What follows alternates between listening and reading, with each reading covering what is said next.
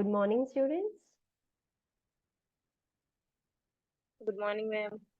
Okay, so let's start Good today's. morning, ma'am. Good morning.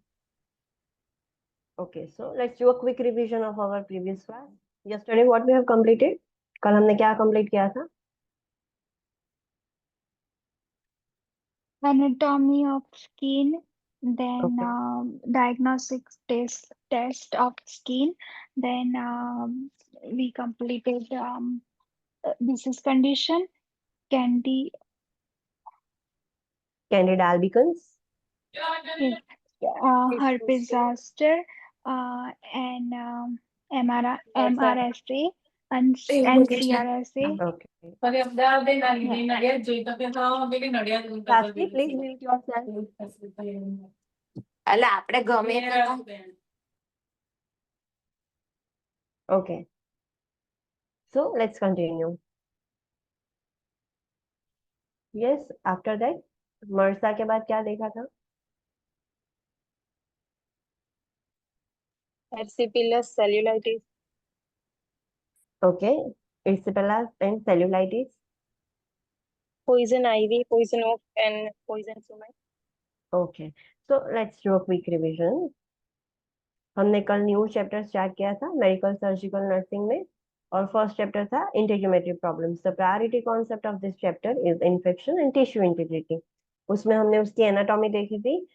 Skin के कितने layers होते हैं?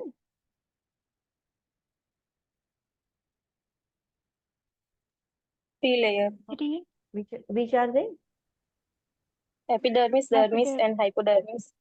Okay, epidermis, dermis and hypodermis और subcutaneous layer, और उसके नीचे मसल स्टार्ट हो जाएंगे। फिर उसके फंक्शंस देखे थे, कौन कौन से फंक्शंस है? चलो लिस्ट इट आउट स्किन की। Regulate body temperature. Okay, it Store regulates nutrient. normal. Okay. Then Protection. okay, protects. Yeah. Protect body from excessive water loss. Okay, yes, water loss में से भी प्रोटेक्ट करती है। Excrete extra sodium, salt, water and organic waste. Yes, excretion में help करती है। Skin फिर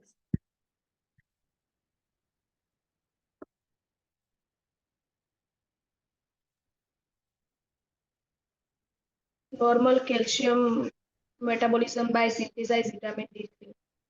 yes, calcium का मेटाबॉलिज्म स्किन की हेल्प से होता है। स्किन D3 सिंथेसाइज करेगी सनलाइट से, तभी वो होगा। Then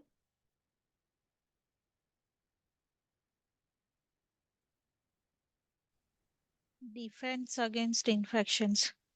okay, first line defence का वर्क करेगी स्किन। पहले ही एंट्री नहीं होने देगी ऑर्गेनिजम्स में। अगर ऑर्गेनिजम्स की अगर स्किन इंटेक्ट होगी तो फिर सेंसेशन का कुछ काम है। Yes. यस, एक्सटर्नल एनवायरनमेंट में pressure, pain, touch, hot, cold, temperature सब कुछ वो सेंस करके सारी इंफॉर्मेशन नर्वस सिस्टम को भी स्किन पहुंचाती है। तो this are the functions of skin. Then layers हमने देखी लिए। एपिडर्मल अपेंडेजेस कौन कौन से है? तो नेल्स, हेयर, ग्लैंड्स है, सीबेशियस ग्लैंड्स है, स्वेट्स है, ये सारे हैं। नॉर्मल बैक्टीरियल फ्लोरा देखा कि जो स्किन के ऊपर होता है। So gram negative, positive, staphylococcus, pseudomonas, streptococcus. ये ऑर्गेनिजम्स जैसे हमारी स्किन का नॉर्मल एक्सफोलिएशन होता है, उसके साथ साथ ऑर्गेनिजम्स भी शेड ऑफ हो जाते हैं। एंड ये ऑर्गेनिजम्स का ग्रोथ रुक जाएगा इन अ पीएच ऑफ 4.2 to 5.6। ये आपकी इंफॉर्मेशन के लिए है, एग्जाम में ऐसे क्वेश्चंस नहीं आएंगे। रिस्क फैक्टर्स, कौन से लोग ऐसे हैं जिसको इंटीग्यूमेटरी प्रॉब्लम्स होने का रिस्क ज्यादा है? चलो list it out. Exposure to Nutritional any deficiency. Okay, exposure to radiation, nutritional Nutrition deficiency, deficiency. stress, Race stress की and वजह से, age. Age, race, repeated injury, exposed to sun, yes, lack of hygiene habits, okay, then use of harsh soap or harsh chemical, products on the हाँ, body. Yeah, or yes, chemicals. Yeah, use yes, of certain medication. Severe yes, like, emotional stress. Yes, Moderate to severe emotional stress. genetic predisposition, yes, genetically उसका ऐसा है, genetic predisposition. systematic illness, yes,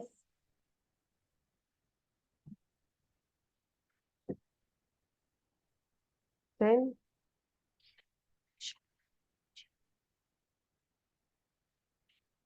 infection हुआ है तो injured area में से skin intake नहीं है तो ऑलरेडी वो एक एंट्री पॉइंट की तरफ वर्क करेगा एंड इन्फेक्शन हो सकता है। केमिकल्स, एनवायरमेंटल पॉल्यूटेंट्स के एक्सपोजर में आने से भी स्किन प्रॉब्लम्स हो सकते हैं, वेरियस स्किन डिसऑर्डर्स हो सकते हैं। So this are the risk factors जिसकी वजह से स्किन डिसऑर्डर्स हो सकते हैं। साइकोसोशल इम्पैक्ट क्या होगा अगर किसी को स्किन रिलेटेड डिसऑर्डर है तो?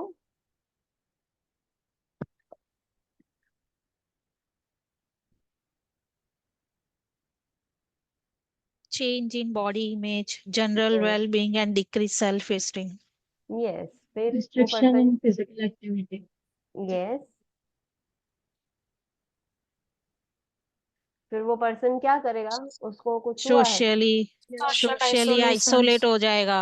हाँ, due to Fear fear of of rejection. Rejection. Yes, because उसको लगेगा कि सब उसको उसको शर्म आ रही है उसकी स्किन चेंजेस की वजह से, तो उसको लगेगा सब उसको रिजेक्ट कर रहे हैं और वो सोशली आइसोलेट हो जाएगा पर्सन। फिर Pain, yes, loss of deception, employment. loss of employment.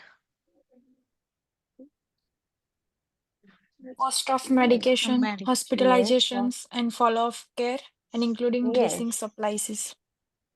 Yes, ये सारे साइकोसोशल इम्पैक्ट है ड्यू टू इंटेग्यूमेटरी प्रॉब्लम्स। फिर हमने वुंड हीलिंग के फेजेस देखे थे। कितने फेजेस होते हैं naturally? 3. Which are they? Inflammatory, fibroblastic, and maturation. Okay, tell me about inflammatory phase. What is that?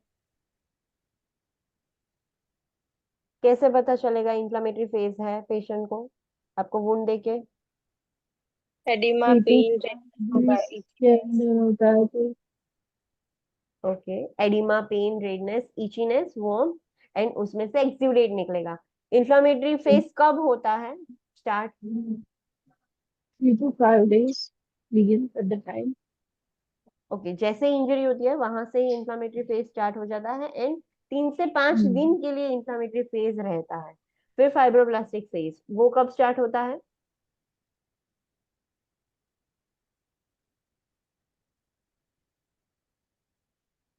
2 to 4 weeks. वो उसका ड्यूरेशन है, उतने टाइम तक वो रहता है फेज। स्टार्ट कब Fourth होगा? day. Fourth day. Fourth day after injury. Yes, injury हुई है, फर्स्ट स्टेज तो इंफ्लामेटरी था तो हम चलो ऐसा गिन ले कि 4 दिन तक इंफ्लामेटरी फेज था। चौथे दिन से फाइब्रोब्लास्टिक फेज स्टार्ट हो जाएगा और वो 2 से 4 वीक तक, मतलब 15 दिन या 1 महीने तक डिपेंडिंग ऑन द इंजरी, वो 15 दिन या 1 महीने तक फाइब्रोब्लास्टिक फेज ही चलता है। उसमें होता क्या है?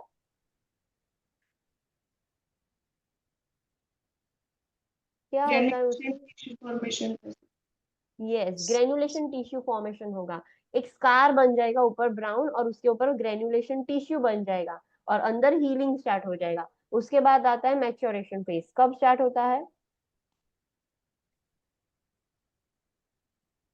3 weeks after injury. 3 वीक्स, जो हम ऐसा गिन हमने एवरेज देखा कि ऊपर 2 to 4 वीक्स तक चलता है। सो 3 वीक्स तक फाइब्रोब्लास्टिक फेज खत्म हो गया। सो जैसे ही वो खत्म हो जाएगा मैच्योरेशन फेज स्टार्ट हो जाएगा। बट ये कितने देर तक चलता है मैच्योरेशन फेज? कभी Last for कभार 1 year. Yes, Yeah. It may last for 1 year. It depends on the injury. बहुत बड़ी इंजरी होगी तो 1 साल तक उसका स्कार जल्दी से नहीं जाएगा, धीरे धीरे स्कार हीन होता जाता है बट पूरा डिसअपियर नहीं हो जाता और कुछ स्कार तो परमानेंट ही रह जाते हैं। सो इसमें क्या होता है, धीरे धीरे स्कार है वो थीन होता जाता है एंड जो जितने टिश्यूज थे जो डैमेज हुआ था जहां पर अभी स्कार है वो कैसे हो जाएंगे? Firm and inelastic on palpation. Yes, firm and inelastic हो जाएंगे, उसकी इलास्टिसिटी चली जाती है एक बार इंजरी होती है तो। नेक्स्ट हमने देखा हीलिंग बाय इंटेंशन। हम कुछ करते हैं कि जिसकी वजह से हीलिंग फास्ट हो सके। सो कितने स्टेजेस थे उसमें? 3 Which are stages. they? First, second, and third intention. Okay, first, second and third intention. First में क्या होगा? જે wound edges હોય એને મતલબ ફ્યુચરથી આપણે એમ એપ્રોક્સિમેટ કરીએ એમ એની यस, જગ્યા हम પર वुंड एजेस को क्लोज कर रहे हैं सिंपली, यस, सूचर्स लेके, और फिर वो अपने आप से डेड स्पेस लाइक हमने बंद कर दिया है तो अपने आप से फटाफट हीलिंग हो जाएगा। सेकंड इंटेंशन में क्या होगा? ફિલિંગ થશે એમ ગ્રેજ્યુઅલ Healing ફિલિંગ process. हाँ, हम फीलिंग करते हैं, बहुत ज्यादा टिश्यू लॉस हुआ है तो हमें ग्रेजुअल फीलिंग करना होगा। जो डेड स्पेस है उसमें कनेक्टिव टिश्यूज भर के हम फीलिंग करेंगे, फिर वो हील होगा। वरना सिर्फ आप सूचर लेके छोड़ दोगे तो उतना जल्दी हील नहीं होगा, बहुत टाइम लग जाएगा। एंड थर्ड इंटेंशन में क्या किया जाता है? Intentionally open रखते हैं उसको. Yes, we keep the wound intentionally open, और फिर उसको डेली इरिगेट करेंगे, क्लीन करेंगे, डेब्रिज रिमूव करेंगे। एंड फिर एक बार सब इन्फ्लेमेशन कम हो जाए, सब निकाल दो आप, गंदा जो भी डेब्रिज है वो सब, फिर हम उसको सूचर देंगे। सो फिर हम फर्स्ट इंटेंशन यूज करेंगे एंड वो क्लोज हो जाएगा। फिर हमने ड्रेनेज देखा था, this is so important. Tell me how many types of drainage are there? કેટલા disturb કરે છે બાપા. 5. Yes, which are they? First is serous. In serous, it's clear liquid, okay, and it's a normal part of the healing process. Then another is serogenous, which is सीरोसैंग्विनियस। pinkish. Serogenous, which is like pinkish color okay, इतना drainage, याद रखना है। and it is normal too. Okay, इतना Sorry, याद madam. रखना है। Yes, let me explain you कैसे याद रखना है ये चीज। सीरस, सीरोसैंग्विनियस। सीरस एकदम क्लियर या स्ट्रॉ कलर का होता है जो वुंड में से निकलता है, दिस इज कम्प्लीटली नॉर्मल। आपको थियोरेटिकल लिखना नहीं है, आपको समझना है, ये याद रखना है कि सीरस ऐसा कलर का होता है। अगर क्वेश्चन में ऐसा लिख कर आया कि पेशेंट के वुंड में से स्ट्रॉ कलर ड्रेनेज निकल रहा है, तो आपको पता चलना चाहिए कि स्ट्रॉ कलर सीरस था, इसीलिए वो याद रखना जरूरी है। सो स्ट्रॉ कलर या क्लियर लिक्विड निकल रहा है, so that is serous and ये कम्प्लीटली नॉर्मल है। सीरोसैंग्विनियस थोड़ा पिंक कलर का होता है, क्यों? बिकॉज उसके साथ आरबीसी कुछ कुछ मिक्स हो गए होते हैं, and this is also completely normal. Next is sanguineous. Sanguineous क्या होता है? Red red in Sanguineous colour. red color drainage. Yeah. हाँ, वो रेड कलर का ही होता है, एंड ये ड्रेनेज हो रहा है तो ये abnormal. This is abnormal, yes. And Abnormal. Haemorrhaging? Abnormal. Haemorrhaging, It's blood. Frank blood. Okay. Sanguineous में भी ब्लीडिंग ही होता है, बट थोड़ा थोड़ा ड्रेनेज के फॉर्म में होगा, Less. बहुत लाइट होगा। यस, हेमरेजिंग में ज्यादा ब्लड लॉस हो रहा है, लीक ही हो रहा है, and this is also abnormal. But इसमें हमें इमरजेंसी कुछ करना होगा टू स्टॉप द ब्लीडिंग, वरना पेशेंट को हाइपोवोलेमिया हो जाएगा, पेशेंट हाइपोवोलेमिक शॉक में चला जाएगा। प्लूरुलेंट ड्रेनेज कैसा होगा? Yellow, gray, green. Yellow, Color. Grey, green, brown, ये सब Foul कलर्स में smell. होंगे। Mm. और And along foul with that smell. foul smelling होगी, yes, and this is also abnormal। so ये तीन abnormal ड्रेनेज है। सीरस एंड सीरोसैंग्विनियस है वो नॉर्मल ड्रेनेज है, ये आपको पता होना चाहिए। फिर हमने डिफरेंट डायग्नोस्टिक टेस्ट देखे थे। Skin biopsy means small piece of skin tissue લેવાનું પછી એના લેબોરેટરી ચેક કરે yes, small piece of skin हम लेके लैब में स्टडी करेंगे। प्री प्रोसीजर इंटरवेंशन देखे थे।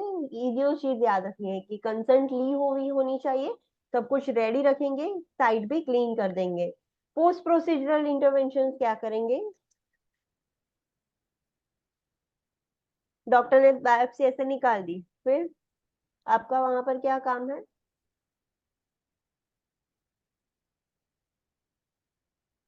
इमीडिएटली वो सैंपल लेना है। एक कंटेनर होगा जिसके ऊपर सब कुछ लेबलिंग आपने पहले से करके रखा होगा, उसमें कंटेनर में वो स्पेसिमेन है जो आपने सैंपल लिया है वो डालकर लैब में भेजना होगा। Then Surgically aseptic technique use करवानी चाहिए patient के. यस, बायोप्सी साइट पर ड्रेसिंग कर रहे हैं तो सर्जिकली एसेप्टिक टेक्निक यूज करना होगा। देन उसकी कॉम्प्लिकेशंस के बारे में हम चेक करेंगे ना, सो बायोप्सी ली है तो कॉम्प्लिकेशन दो हो सकती है, इधर ब्लीडिंग हो सकता है या इन्फेक्शन हो सकता है, तो दोनों चीज के लिए हम असेस करेंगे। ब्लीडिंग तो नहीं हो रहा है, इन्फेक्शन तो नहीं हो गया है, फिर वो ड्रेसिंग कितने टाइम तक रखना होता है usually? 8 hours. 8 hours.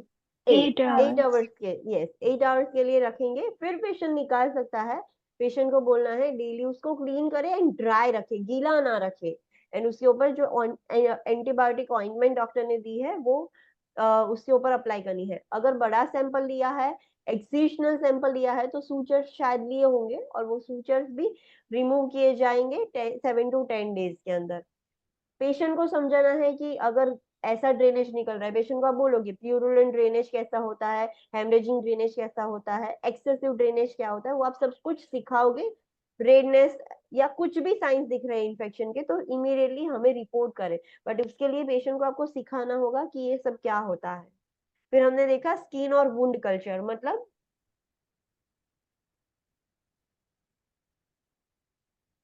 What do you mean by skin और वुंड कल्चर?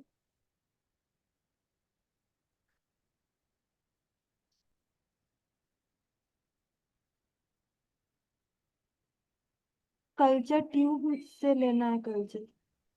ओके, बट और क्या, कोई भी वो जगह होता वुंड क्या है? कोई भी जगह वुंड थी जो मतलब त्यारથી सैंपल ले हुए हाँ, कोई कहीं पर भी वुंड है, कुछ लगा है और हमें डाउट है कि ये इन्फेक्टेड हो गया है, तो वहां से हम सैंपल लेंगे। और एल्स स्किन के ऊपर उसको कुछ स्किन कंडीशन है, कुछ वुंड नहीं है बट स्किन के ऊपर कुछ इन्फेक्शियस है कुछ, जैसे कि हर्पिस जोस्टर में जो वेसिकल्स हो जाते हैं वो। तो कुछ भी स्किन के ऊपर इन्फेक्शन ऐसा हुआ है और हमें लगता है कि ये क्या है, हमें आइडेंटिफाई करना है, तो उस पर से हम सैंपल लेंगे और उसकी एक स्पेशल कल्चर ट्यूब होती है उसमें डालेंगे। एप्लीकेटर होता है ईयर बर्ड्स जैसा, उससे लेकर हम डाल सकते हैं। So this is normal, but other than that other methods are scraping, punch biopsy, ये सारी भी मेथड्स है। अगर आप पंच बायोप्सी मेथड यूज कर रहे हो तो कंसर्न लेना जरूरी हो जाएगा। अगर नॉर्मल है तो फिर कंसर्न नहीं लोगे तो चलेगा। इन्वेजिव प्रोसीजर जहां पर भी हो तब कंसर्न लेनी पड़ती है। पोस्ट प्रोसीजर इंटरवेंशन देखे हमने, अगर हम ये कल्चर ले रहे थे और उसमें अगर वायरल कल्चर है, वायरस के लिए, just for example you are taking PSCP is taking the sample for herpes zoster, so being a nurse आप पहला स्टेप क्या करोगे इमीडिएटली? उसने कल्चर ले लिया PSCP ने तो इसी को अपन कल्चर मतलब જે લીધું છે सॉरी જે આપણે virus Place it, culture place લીધું છે અને place it on ice ice immediately. हाँ, उसके ऊपर जैसे ही PSCP herpes zoster that is a virus, तो जैसे ही उसका सैंपल लेगा वायरल कल्चर ट्यूब में डालता है, सो इमीडिएटली हमें उसके ऊपर आइस के ऊपर उसको रख देना है एंड फिर उसको लेबोरेटरी में सेंड करना है, वरना वो नॉर्मल एनवायरनमेंट में रहेगा, नॉर्मल रूम टेम्परेचर में रहेगा तो फॉल्स रिजल्ट आ सकते हैं। तो वायरल कल्चर को ऑलवेज आइस पर रखना पड़ता है एंड सैंपल को आप प्रॉपर लेबलिंग सब कुछ रेडी करके ही रखोगे एंड सिर्फ लेबोरेटरी में भेज दोगे। What is this red important point? કોઈ બી ટાઈપનું સ્કિન કલ્ચર જ્યારે સેમ્પલ લેવાય તો એ જે એન્ટીબાયોટિક થેરાપી છે એ ઇનિશિએટ કરે એના પહેલા લેવાનું। यस, अगर वायरल के लिए भी ले रहे हो तो एंटीवायरल स्टार्ट करने से पहले ही सैंपल लोगे। सो मेडिसिन देने से पहले आपको कल्चर के सैंपल लेने होंगे, वरना वो फॉल्स रिजल्ट्स आएंगे। फिर हमने देखा Wood lights examination, another name for this test is black light test और यूवी टेस्ट। इसमें क्या होता है? એક સ્પેશિયલ ગ્લાસ જેમ કે વુડ ગ્લાસ એના અંડર યુવી લાઇટ થી અંદર સ્કિન ને मतलब જોવાની એમ।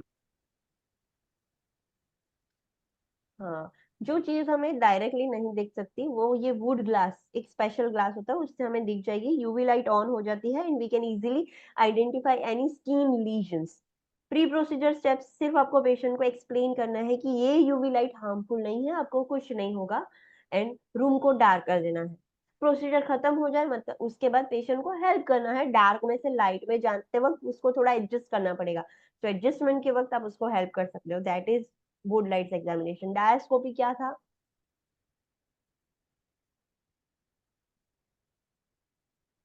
What is डायस्कोपी?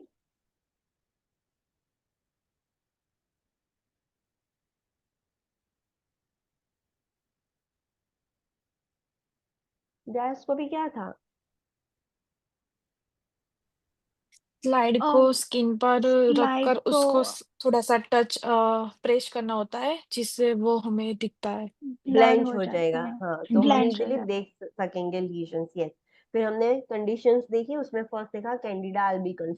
Tell me about this condition. ये नाम सुन के आपको क्या लगता, क्या है ये चीज? superficial fungal infection, okay, fungal good. Fungal infection, infection है स्किन का और म्यूकस मेम्ब्रेन का। अगर माउथ में हो जाता है तो yes, उसको क्या बोलते हैं हम? ओरल कैंडिडाइसिस, ओरल कैंडिडियासिस और thrust. Oral thrush. Thrust. Yes, thrust भी बोलते हैं, यीस्ट इन्फेक्शन भी बोलते हैं। रिस्क फैक्टर्स हमने देखे कि जो लॉन्ग टर्म से एंटीबायोटिक थेरापी ले रहा है, जिसकी इम्यूनिटी ऑलरेडी डाउन है, ऐसी कुछ कंडीशंस है, या कुछ मेडिसिन ले रहा है लाइक ग्लूकोकॉर्टिकॉइड जिसमें भी इम्यूनिटी डाउन होती है, डायबिटिक है क्लाइंट, ओबेस है, ऐसे सारी रीजन की वजह से कैंडिडा अल्बिकन्स होने का रिस्क बढ़ जाएगा। कहाँ पर होता है? ज्यादातर जहां पर स्किन फोल्ड्स होंगे वहां पर होता है। अगर स्किन पर कैंडिडा अल्बिकन्स इंफेक्शन होगा तो आपको साइन एंड सिम्टम्स कैसे दिखेंगे, क्या दिखेगा आपको असेसमेंट में? Red and irritated appearance, itches and sting. Yes, and mucous membrane? Red and white patches. white patches, tissue redness, patches, yes. Intervention क्या करेंगे? एंटी फंगल इन्फेक्शन है तो हमारा मेन एक तो क्या होगा इंटरवेंशन? वो फंगल इन्फेक्शन है तो मेन इंटरवेंशन एक क्या होगा? skin fold area में clean and dry रखवाना, okay, that is supportive treatment. But fungal infection हुआ है तो आपका मेन इंटरवेंशन क्या हुआ? Anti fungal medication, anti fungal medication. Yes, उससे ही वो ट्रीट होगा। आप दूसरी जो चीजें कर रहे हो उससे वो ठीक नहीं होगा। एंटी फंगल जब तक नहीं दोगे तब तक वो ठीक नहीं होगा। सो that is our main intervention. उसके साथ साथ आपको और चीजें भी करनी होगी, आपको प्रोटेक्ट करना होगा खुद को भी। पेशेंट को ज्यादा वो स्प्रेड ना हो जाए, एक जगह से दूसरी जगह ना जाए, पेशेंट को डिस्कम्फर्ट ना हो, उसके लिए आप सपोर्टिव ट्रीटमेंट्स दोगे। लाइक पेशेंट को पहले से ही बोलोगे कि सारे skin fold areas clean and dry रखे। हम अगर पेशेंट हॉस्पिटलाइज है तो हम बार बार स्किन फोल्ड्स चेक करेंगे, पेशेंट को फ्रीक्वेंटली रीपोजिशन करेंगे, बेड लिनन एकदम क्लीन एंड ड्राई रखेंगे कि जिससे हो ही नहीं। अगर हो गया है तो माउथ केयर, अगर ओरल कैंडिडियासिस हुआ है तो प्रॉपर माउथ केयर करेंगे। ज्यादा like hot and cold food नहीं देंगे, इरिटेटिंग प्रोडक्ट्स नहीं देंगे, टैपिड टेम्परेचर में सारा खाना और वो सब देंगे। कोई ऐसी स्पेसिफिक मेडिकेशन है जिसकी वजह से ये होता है, सो वो मेडिकेशन लेने के बाद रिंस करना है माउथ। सो ये सारी चीजें सपोर्टिव ट्रीटमेंट हुई, ये हम करेंगे उसके साथ साथ, बट मेन ट्रीटमेंट क्या हुई? Anti fungal medication. फिर हमने देखा हर्पिस जोस्टर और shingles. What do you mean by this?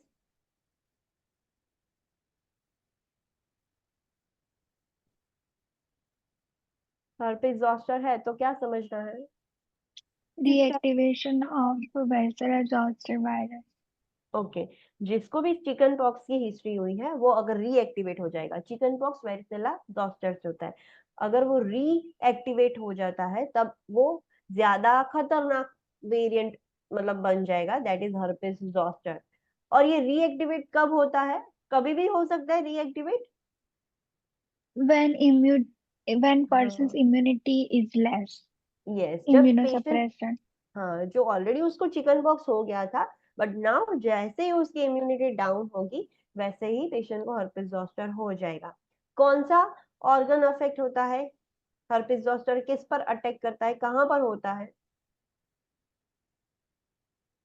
nerve, nerve roots, dorsal nerve roots होते हैं जो क्रेनियल नर्व्स है एंड स्पाइनल नर्व्स है वो, बट सेंसरी वाली, मोटर अफेक्ट नहीं हो जाती है। Sensory cranial nerves and spinal nerves के जो डॉर्सल नर्व रूट गैंग्लिया है वहां पर वो डॉर्मेंट वायरस होता है, मतलब सोया हुआ होता है। जैसे ही इम्यूनिटी डाउन हो जाएगी वो एक्टिवेट हो जाएगा एंड नर्व्स को ही अफेक्ट करेगा।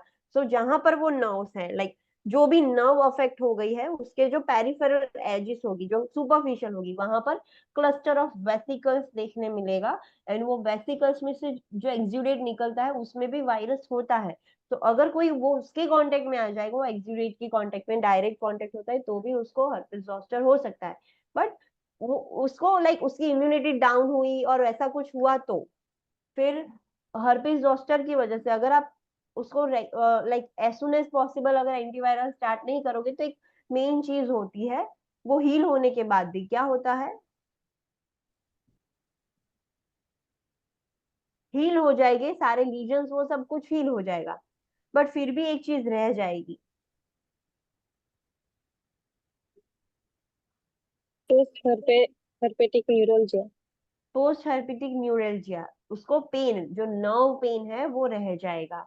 तो ये चीज प्रिवेंट करने के लिए हमें क्या करना होता है, एज सुन एज पॉसिबल जैसे ही आपको पता चलता है कि हर्पिस जोस्टर इन्फेक्शन है, हम स्टार्ट कर देंगे एंटीवायरल थेरापी। हर्पिस जोस्टर की कॉम्प्लिकेशन क्या है, बेल्स पाल्सी। बेल्स पल्सी उसकी कॉम्प्लिकेशन है। डायग्नोसिस हम कैसे कर सकते हैं, या तो स्नेक स्मीयर यूज कर सकते हैं या तो वायरल कल्चर से हम कर सकते हैं। हर्पिस सिम्प्लेक्स एक अनदर हर्पिस फैमिली का वायरस है।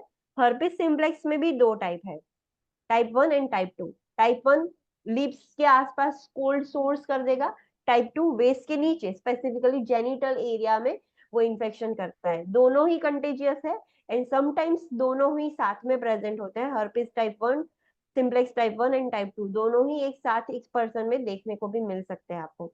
असेसमेंट, जब हर्पिस जोस्टर होता है तब साइन एंड सिम्टम्स कैसे होंगे,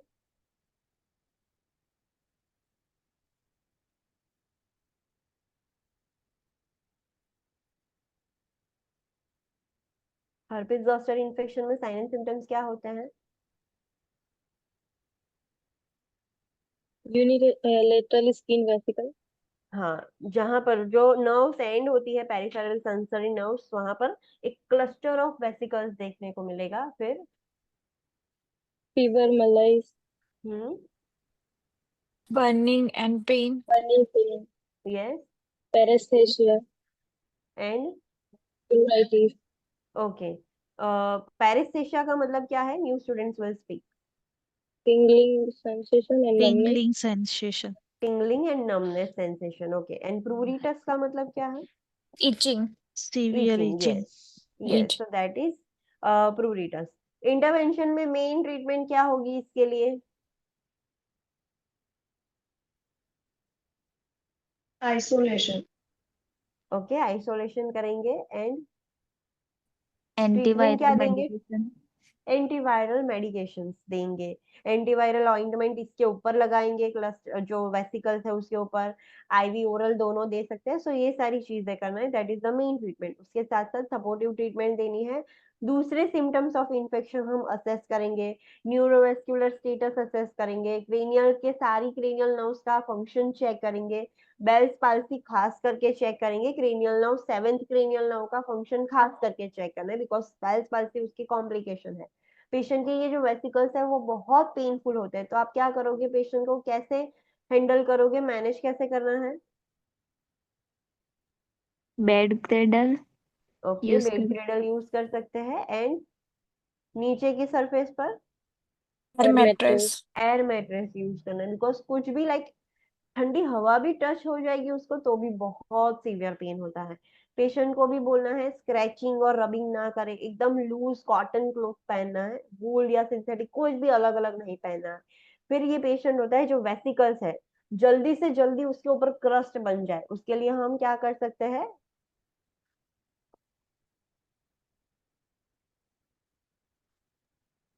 astringent compression, yes, astringent compresses, हम उसको एस्ट्रिंजेंट लिक्विड होता है, मेडिसिन होती है, उसमें से गॉस्पेड और वो दबाकर उसको कंप्रेशन ऐसे दे सकते हैं, टैप कर सकते हैं, सो जिसकी वजह से उसको इरिटेशन पेन भी नहीं होगा एंड फटाफट से क्रस्ट फॉर्मेशन हो जाएगा। फिर पेशेंट को लाइक हम सिखाएंगे कि how to clean the skin, how to prevent infection. Treatment जो भी है वो as soon as possible start कर देनी है विद इन 3 days। जो पीपल है, जो ओल्डर पीपल है, उनको हर्पिस जोस्टर होने का रिस्क ज्यादा है बिकॉज वो ओल्डर एज में इम्यूनिटी डाउन हो जाती है, तो उनका रेगुलर मतलब वैक्सीनेशन उसका अप टू डेट होना चाहिए अगेंस्ट शिंगल्स। शिंगल्स के लिए वैक्सीनेशन लगवाना है उनका एंड एंटीवायरल मेडिकेशंस जो भी डॉक्टर ने प्रिस्क्राइब की है वो देनी है, ओके। फिर हमने देखा मर्सा, मर्सा मीन्स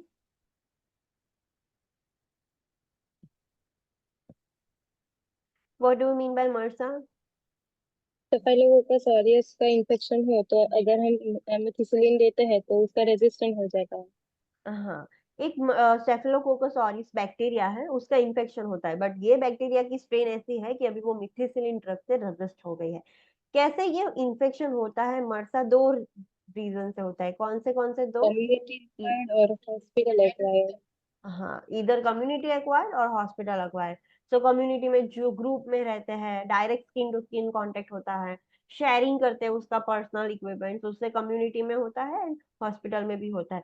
सो जब भी कोई पेशेंट एडमिट होता है सर्जरी के लिए, तो हम उसका नेजल मर्सा स्क्रीनिंग करेंगे नेजल स्वैब लेके, या उसका प्रीवियस हॉस्पिटलाइजेशन हुआ था, या तो वो ग्रुप सेटिंग्स में रहता है, तो हम सबको ये मर्सा स्क्रीनिंग करेंगे।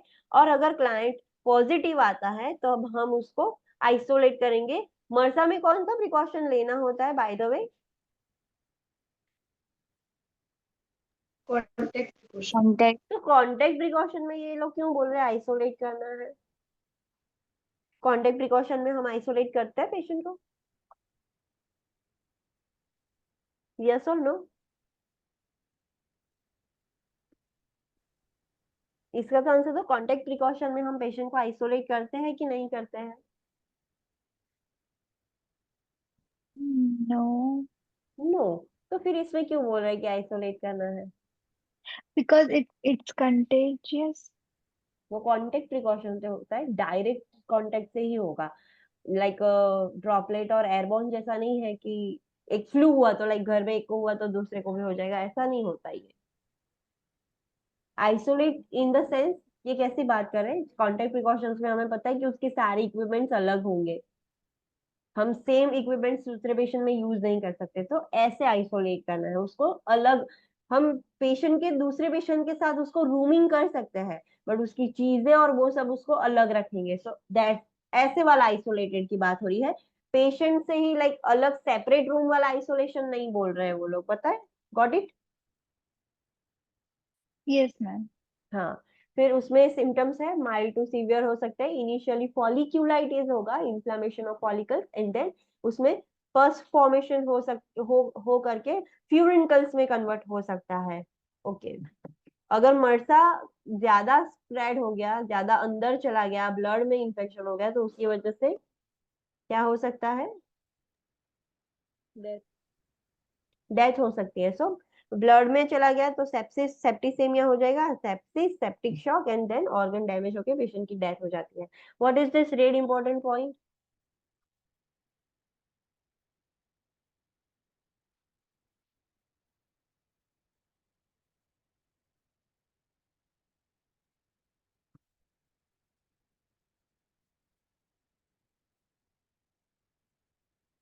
रेड इंपॉर्टेंट पॉइंट क्या है?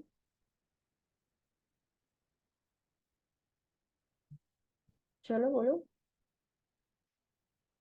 MRSA spread to other by direct contact with infected skin or infected articles, ये or the infection can also be spread to many parts of body.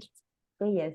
So मरसा contagious है, direct skin के contact में आ रहे हो आप, infected skin के contact में या इन्फेक्टेड आर्टिकल्स के कांटेक्ट में आ रहे हो तो हो सकता है।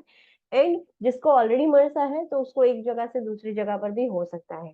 असेसमेंट फाइंडिंग में हमने देखा कि फॉलिक्यूलाइटिस, फ्यूरिनकल्स और ऐसा सब कुछ होगा जहां पर मरसा इन्फेक्शन हुआ है, बट पहले हम कल्चर लेंगे, उसका कल्चर एंड सेंसिटिविटी टेस्ट दोनों किया जाता है, उसके बाद according to the sensitivity test हम एंटीबायोटिक स्टार्ट करेंगे। इंटरवेंशंस में मेन ट्रीटमेंट एंटीबायोटिक्स ही है, बट हम along with that standard and contact precautions रखेंगे। पेशेंट को further like sepsis, systemic infection ना हो जाए उसके लिए मॉनिटर करेंगे एंड एंटीबायोटिक थेरापी देना है, उतना ही है। फिर हमने देखा erysipelas and cellulitis. What is that?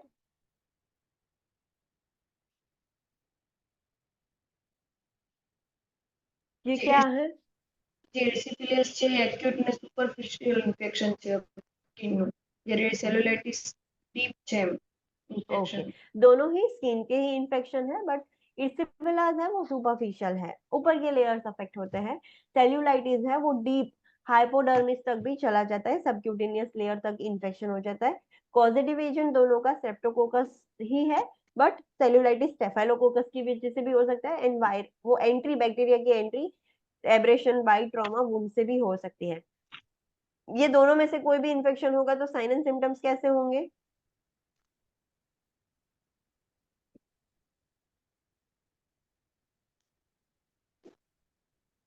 Sign and symptoms कैसे होंगे?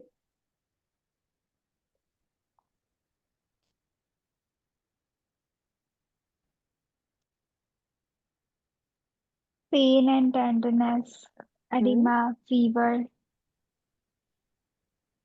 Then erythema and warm. ये इंटरवेंशन मेन क्या होगी? एक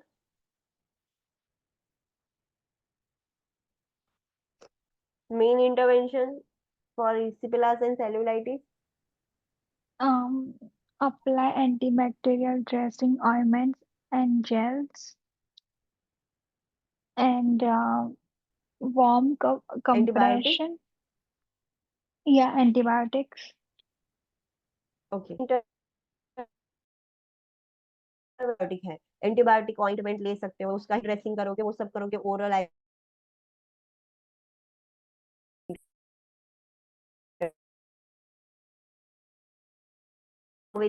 दैट हम सपोर्टिव ट्रीटमेंट में क्या करेंगे? वाइटल साइंस, इसमें वाइटल साइंस मॉनिटरिंग करेंगे। Yes. Online, yes definitely vital science monitoring करना है, पेशेंट को रेस्ट देना है, अफेक्टेड एरिया पर जो है उसको रेस्ट प्रोवाइड करना है, वार्म कंप्रेसेस यूज कर सकते हैं कि जिससे एटलीस्ट सर्कुलेशन स्टार्ट हो, एंड जो एडिमा है वो कम हो सके। तो ये सारी सपोर्टिव ट्रीटमेंट हुई। ओके, फिर हमने देखा poison ivy, poison oak and poison sumac. इसका मतलब क्या? अगर आपको एग्जाम में ये वर्ड्स लिख कर आए तो क्या समझ गए आप?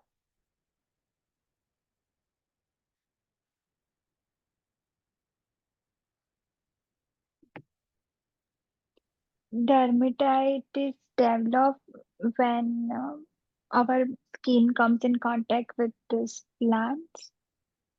ओके यस, जैसे ही हमारी स्किन ये प्लांट्स, ये तीनों एक प्लांट है, उसके कांटेक्ट में आती है तो स्किन में इन्फ्लामेशन हो जाता है, डर्मेटाइटिस हो जाता है। क्यों होता है? तो उसका एक कंपाउंड होता है, ऑयली कंपाउंड होता है ऊशियोल, उसकी वजह से होता है। आपको सिर्फ इतना याद रखना है कि ये तीनों एक प्लांट है जिसके कांटेक्ट में आने से डर्मेटाइटिस होगा। क्या होगा? डर्मेटाइटिस होगा तो आपको क्या देखने को मिलेगा पेशेंट में अंदर?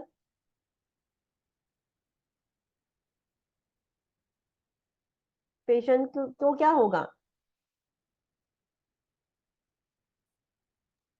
Inflammation, ओके, इन्फ्लामेशन होगा। चलो फिर Severe itching, सीवियर इचिंग होगा, रैशेस होंगे। पेपिलोवेस्टिकुलर लेशन, हाँ, पैपुलोवेसिकुलर रैश और लीजन्स हो जाएंगे। इंटरवेंशन हम क्या करेंगे? इन्फ्लामेटरी रिएक्शन हो रहा है तो clean plants oil immediately. Okay, फटाफट से प्लांट्स का ऑयल जिसकी वजह से हो रहा है वो क्लीन करेंगे, थरो वॉशिंग करेंगे। फिर apply cool and wet compress for yes itching, yes, then topical product for itching कौन and से? हाँ, ईचिंग के लिए, डिस्कम्फर्ट के लिए, लाइक कैलेमाइन लोशन है, ऐसे सारे एंटीहिस्टामाइंस है, वो सब हम अप्लाई कर सकते हैं। टॉपिकल या ग्लूकोकॉर्टिकॉइड्स हम दे सकते हैं अगर ज्यादा रिएक्शन हो रहा है, इन्फ्लामेटरी रिएक्शन बढ़ गया है, तो ये सब भी हम कर सकते हैं। ओके, यहाँ तक किसी को कोई डाउट है? No, ma'am. Okay, No, ma'am. So let's take a short break, फिर हम नया आज का टॉपिक स्टार्ट करेंगे।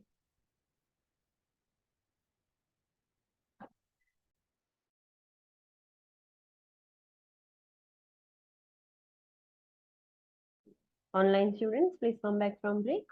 Should we start now? Yes, ma'am. Okay, so let's start with bites and stings. Bites and stings क्या है? Bites तो मतलब बताए कि कुछ हमें बाइट कर जाता है, स्टिंग मतलब Dunk.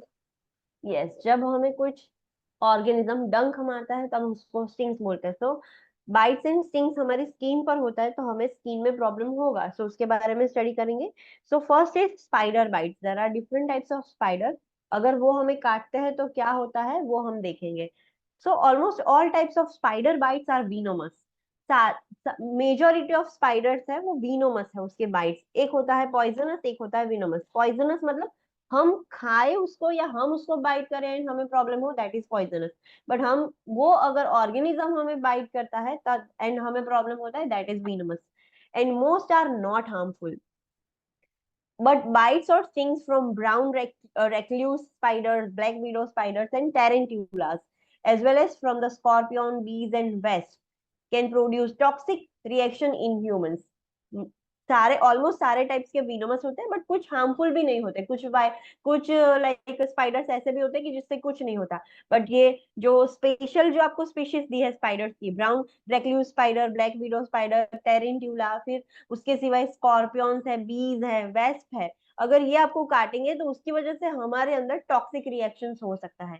टीटेनस prophylaxis should be current because spider bites can be contaminated with tetanus spores. Yes, जो भी पर्सन है लाइक जिसको स्पाइडर बाइट हुआ है, इमीडिएटली हमें टीटेनस प्रोफाइलैक्सिस लेना होगा, बिकॉज स्पाइडर के बाइट्स के अंदर टीटेनस के स्पोर्स होते हैं, जिसकी वजह से टीटेनी हो सकता है, टीटेनस हो सकता है in short.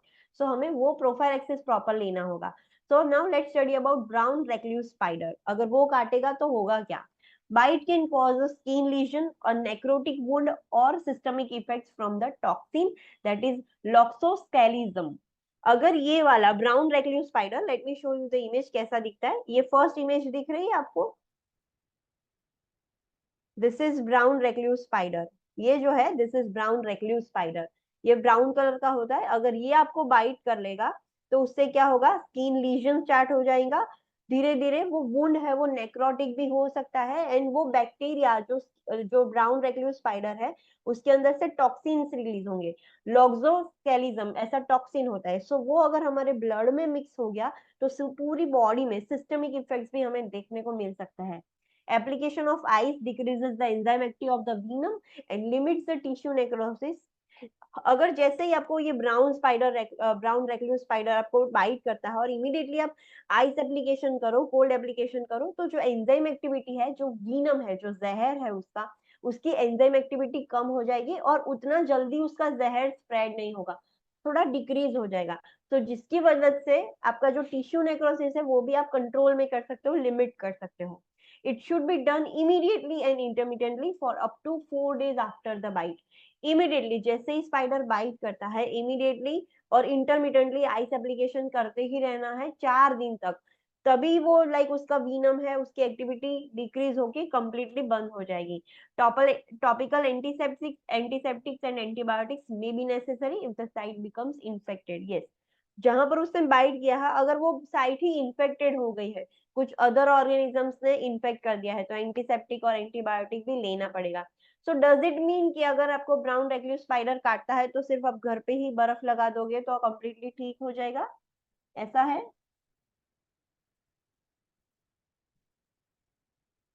The patient does not need to go to hospital, right?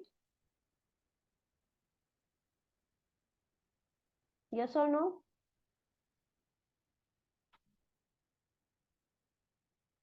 Online students, I'm asking something.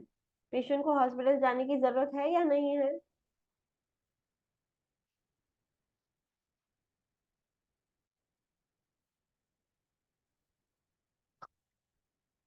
Hello, yes ma'am.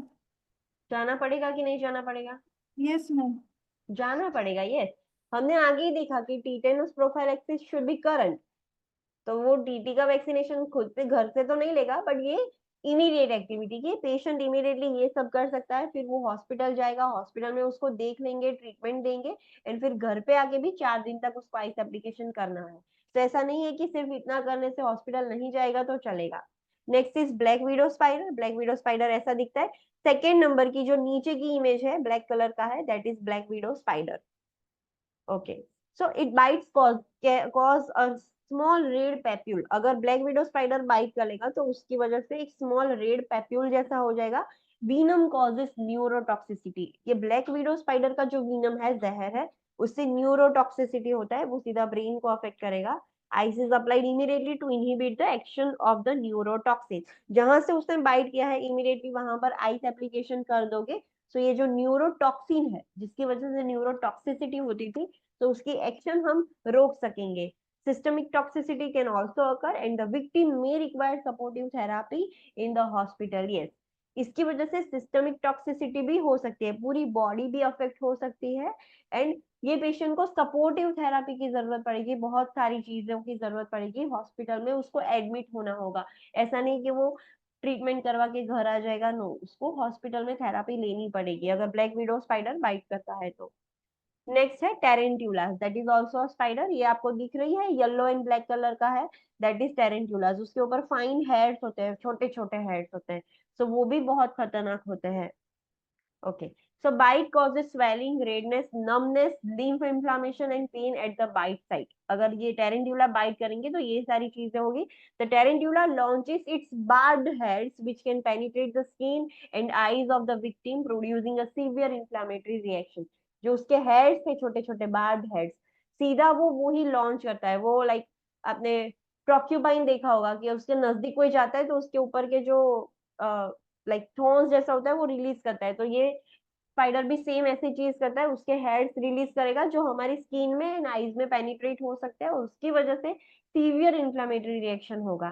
Tarantula hairs are removed as soon as possible using a sticky tape to pull hairs from the skin, and the skin is thoroughly irrigated. Saline irrigations are done for eye exposure. Yes, जैसे ही tarantula spider के जो hairs हमारी skin पर लगते हैं तो immediately कुछ cello tape जैसा स्टिकी टेप लेकर चिपकाना है एंड फिर वो उखाड़ना है, तो ही सारे हेड्स बहुत छोटे होते हैं, आप हाथ से नहीं निकाल पाओगे, तो वो स्टिकी टेप यूज करके सारे हेड्स निकाल देने हैं एंड फिर स्किन को प्रॉपरली इरिगेट करना है, वॉश करना है। अगर आईज में गए हैं हेड्स तो आईज को भी नॉर्मल सलाइन, जो सलाइन है उससे इरिगेशन करना पड़ेगा।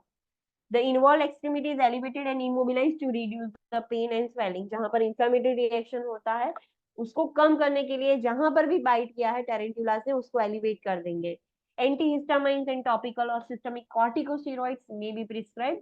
Tetanus prophylaxis is necessary. Yes, patient को antihistamine देंगे to reduce the inflammatory reaction, and corticosteroids topical ointment भी दे सकते हैं, and systemic डायरेक्ट आईवी और ओरल भी दे सकते हैं, टीटेनस प्रोफाइलेक्सिस भी देना पड़ेगा।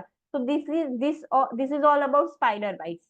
Next is scorpion stings. Scorpion bite नहीं करता, वो डंकता है, उसकी पूंछ में स्टिंग होता है जिससे वो अपना वीनम जो विक्टिम है उसके अंदर इंजेक्ट करेगा। So scorpion inject the venom into the victim through stinging apparatus on their tail. उनकी टेल में होता है स्टिंगिंग apparatus और वहां से वो डंक मारता है। Most sting causes local pain, inflammation and mild systemic reactions that are treated with analgesics, wound care and supportive treatment. Majority of उसके जो stings होते हैं, स्कॉर्पियन के stings, उससे लोकल पेन होता है, इन्फ्लामेशन होता है, माइल्ड सिस्टमिक रिएक्शन होगा जो आप एनाल्जेसिक्स देकर वो जहां पर स्टिंग किया है उसको वुंड केयर करके सपोर्टिव ट्रीटमेंट देके ठीक कर सकते हो। The bark scorpion can inflict a severe and potentially fatal systemic response, especially in children and elderly. Yes, bark scorpion yellow golden जैसा, ये टेरेंट्यूला कैसा दिख रहा है फर्स्ट, वैसे कलर का एक स्कॉर्पियन आता है बिच्छू, अगर वो आपको काटेगा तो उसकी वजह से severe potentially fatal systemic response दिखता है, उसकी कॉम्प्लिकेशन थोड़ी ज्यादा होती है, वो ज्यादा विनोमस होता है एंड सबसे ज्यादा लाइक चिल्ड्रन और एल्डरली में उसके इफेक्ट ज्यादा देखने को मिलेंगे। The venom is neurotoxic. जो स्कॉर्पियन है उसका जो वीनम है, उसका जो जहर है वो बहुत न्यूरोटॉक्सिक है। The victim should be taken to the emergency department immediately. Yes, जैसे ही स्कॉर्पियन बाइट करता है इमीडिएटली जो पर्सन है, जो विक्टिम है, उसको ईआर डिपार्टमेंट में हॉस्पिटल में ले जाना होगा एंड वहां पर वो लोग एंटीवीनम एडमिनिस्टर करेंगे फॉर बार्क स्कॉर्पियन बाइट्स। जो वो स्पेशल जो गोल्डन जैसे बिच्छू होते हैं उसको ठीक करने के लिए एंटीवीनम देना पड़ेगा। नेक्स्ट इज बीज एंड वॉस्प। बीज एंड वॉस्प पता है, बीज आपको पता होगा, एंड वॉस्प मतलब जो मेल मधुमक्खी होती है उसको वेस्प और वॉस्प बोलते हैं। Stings usually cause of wheal and flare reaction. Yes, आपने एक्सपीरियंस, मैंने तो बहुत एक्सपीरियंस किया है, किसी ने किया होगा, जैसे ही बी मधुमक्खी काटती है तो वहां पर व्हील हो जाता है, व्हील के आसपास सराउंडिंग पूरा रेड रेड हो जाता है, that is flare reaction. Emergency care involves quick removal of the stinger and application of an ice pack. Immediately जैसे ही बीज और वॉस्प हमें बाइट करती है, स्टिंग करती है, बाइट नहीं, तो उसकी इमीडिएट केयर क्या करनी है, इमीडिएटली जो उसका स्टिंजर है बीज होती है ना, उसके पीछे होता है बीज का जो स्टिंजर होता है, स्टिंग एपरेटस, ये बीज है, ऐसे बीज होती है, ये उसका हेड है, तो यहाँ पर होता है बीज का। सो इमीडिएटली वो स्टिंजर छोड़ के चली जाती है फिर हमारे अंदर, तो इमीडिएटली उसको निकालना पड़ेगा स्टिंजर को, एंड वहां पर आइस एप्लीकेशन करना होता है। अभी स्टिंजर निकालेंगे कैसे, कोई मुझे बताएगा स्टिंजर कैसे निकालते हैं?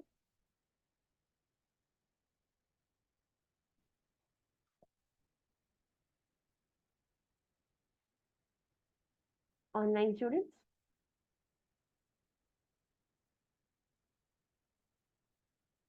स्टिंजर कैसे निकालोगे? Okay, let's study. The stinger is removed by gently scraping or brushing it off with the edges of a needle or similar object. कुछ शार्प ऑब्जेक्ट है, उससे ऐसे आप कुछ लाइक जब कुछ लकड़ी का कुछ छोटी सी फांस जैसी लग जाती है तो हम कैसे निकालते हैं उसको, नीडल से या कुछ शार्प ऑब्जेक्ट से हम उसको स्क्रैप करेंगे एंड धीरे धीरे ब्रश करके निकालेंगे। We can not remove the stinger using tweezers, ये चीज याद रखना। Tweezers are not used because there is a risk of pinching the venom sac. Yes, अगर ये स्टिंजर है, जो 20 का स्टिंजर आप ध्यान से देखोगे तो ऐसा होता है, ये कांटे जैसा होगा और उसके ऊपर एक बल्ब जैसा होता है जहां पर वीनम होता है। सो जैसे ही आप ट्वीजर का यूज करोगे छोटा होता है, तो जैसे ही अगर ये सेक कंप्रेस हो गया, वीनम सेक, तो ज्यादा वीनम अंदर स्किन के अंदर इंजेक्ट होता जाएगा, सो उसका रिस्क बढ़ जाता है। So that is why the stringer can not be removed using tweezers, वो ट्वीजर से रिमूव नहीं करना है। Got it? Yes, ma'am. Yes. If the victim is allergic to the venom of a bee or wasp, a severe allergic response can occur. Hives, pruritus, swelling of the lips and tongue that can progress to life-threatening anaphylaxis. Yes. कुछ कुछ person ऐसे होते हैं कि जिसको बीज के जो वीनम होते हैं, बी स्टिंग्स होते हैं, उससे एलर्जी होती है। सो अगर विक्टिम उससे एलर्जिक हुआ तो सीवियर एलर्जिक रिएक्शन होगा, hives, pruritus, swelling of the lips and tongue swelling हो जाएगा एंड धीरे धीरे लाइफ थ्रेटनिंग एनाफाइलेक्सिस हो जाएगा एंड पर्सन की डेथ हो जाएगी। रिसेंट हुई है ना किसी की डेथ, जो उसको सेम बी बाइट की वजह से, उसको वो एलर्जिक था, उसको पता नहीं था कि उसको एलर्जी है एंड सीवियर एनाफाइलेक्सिस हो गया और उसकी वजह से कार्डियक अरेस्ट हो गया एंड पर्सन की डेथ हो गई। तो इमीडिएट इमरजेंसी केयर क्या करनी होगी? Let's study the clinical judgment box. आपको क्वेश्चन होगा तो ऐसे होगा, the nurse is preparing to teach the client with an allergy to bee sting about how to respond in case of a sting. The nurse plans to include the following teaching point. एक nurse है जो एक child को, एक patient को सिखा रही है, वो पेशेंट को ऑलरेडी एलर्जी है बी स्टिंग से। सो नर्स उसको सिखा रही है कि जब भी ऐसा कुछ होगा, स्टिंग होगा, सो इमीडिएटली आपको क्या करना है तो आपकी जान बच जाए, एटलीस्ट एनाफाइलेटिक, आप एनाफाइलेक्सिस रिएक्शन तक ना पहुंच जाओ and you can be saved. तो क्या करना होगा, ये चीज ध्यान रखना।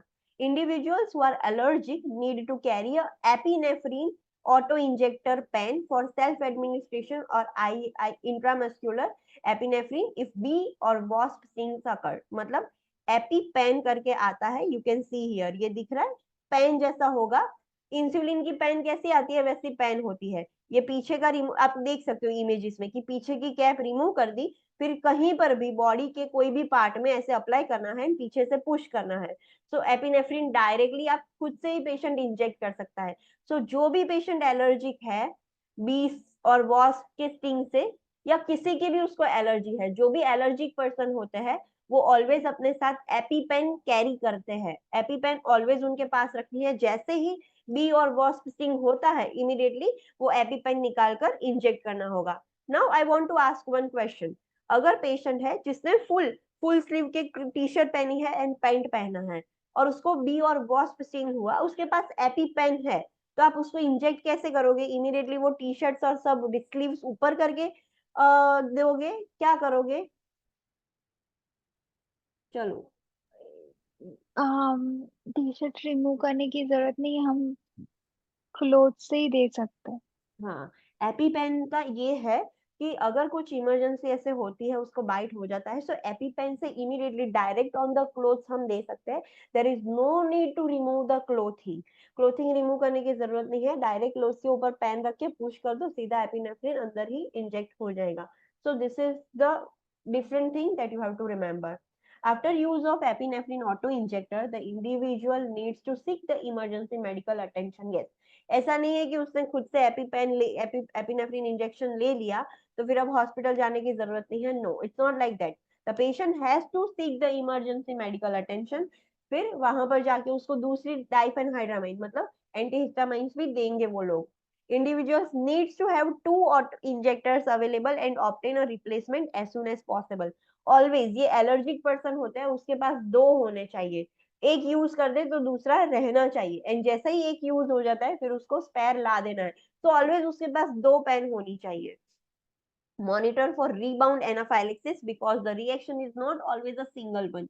In some cases, symptoms of the reaction return hours or days after one receives an epinephrine injection. Yes, patient को मॉनिटर करना होगा. पेशेंट हॉस्पिटल में आता है तो हमें उसको मॉनिटर करना होगा कि रीबाउंड एनाफाइलेक्सिस ना हो.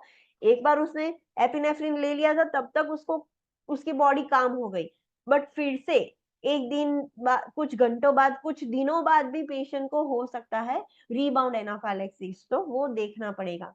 डाइफेनहाइड्रामाइन can be taken to assist in elevating syndrome along with epinephrine. Diphenhydramine भी दिया जाता है कि जिससे सिम्टम्स एलिवेट होंगे. वो एंटीहिस्टामाइन है, सो इन्फ्लेमेटरी रिएक्शन कम करेगा. So this should be done in an emergency as an emergency care. So जब भी पेशेंट को एलर्जी होती है उसको ऑलवेज एपीपेन उसके साथ रखनी है. Got it? Yes, ma'am. And it is not only for the bees, sting और उसकी एलर्जी. कोई भी पर्सन है जिसको एलर्जी है, सो एलर्जिक रिएक्शन को एनाफाइलेटिक शॉक में जाने से प्रिवेंट करने के लिए पहले ही उसको इमीडिएटली एपीपेन दिया जाता है. एपिनेफ्रिन पेन ले लेता है वो, सो एटलीस्ट वो कंट्रोल में आ जाए, ज्यादा कॉम्प्लिकेशन ना हो एंड फिर हॉस्पिटल जाके वो ट्रीटमेंट ले सकता है. Okay, next is snake bites. Some snakes are venomous and can cause a serious systemic reaction in the victim. सारे snakes venomous नहीं होते हैं, कुछ snakes venomous होते हैं जिसकी वजह से serious systemic reaction होता है victim के अंदर.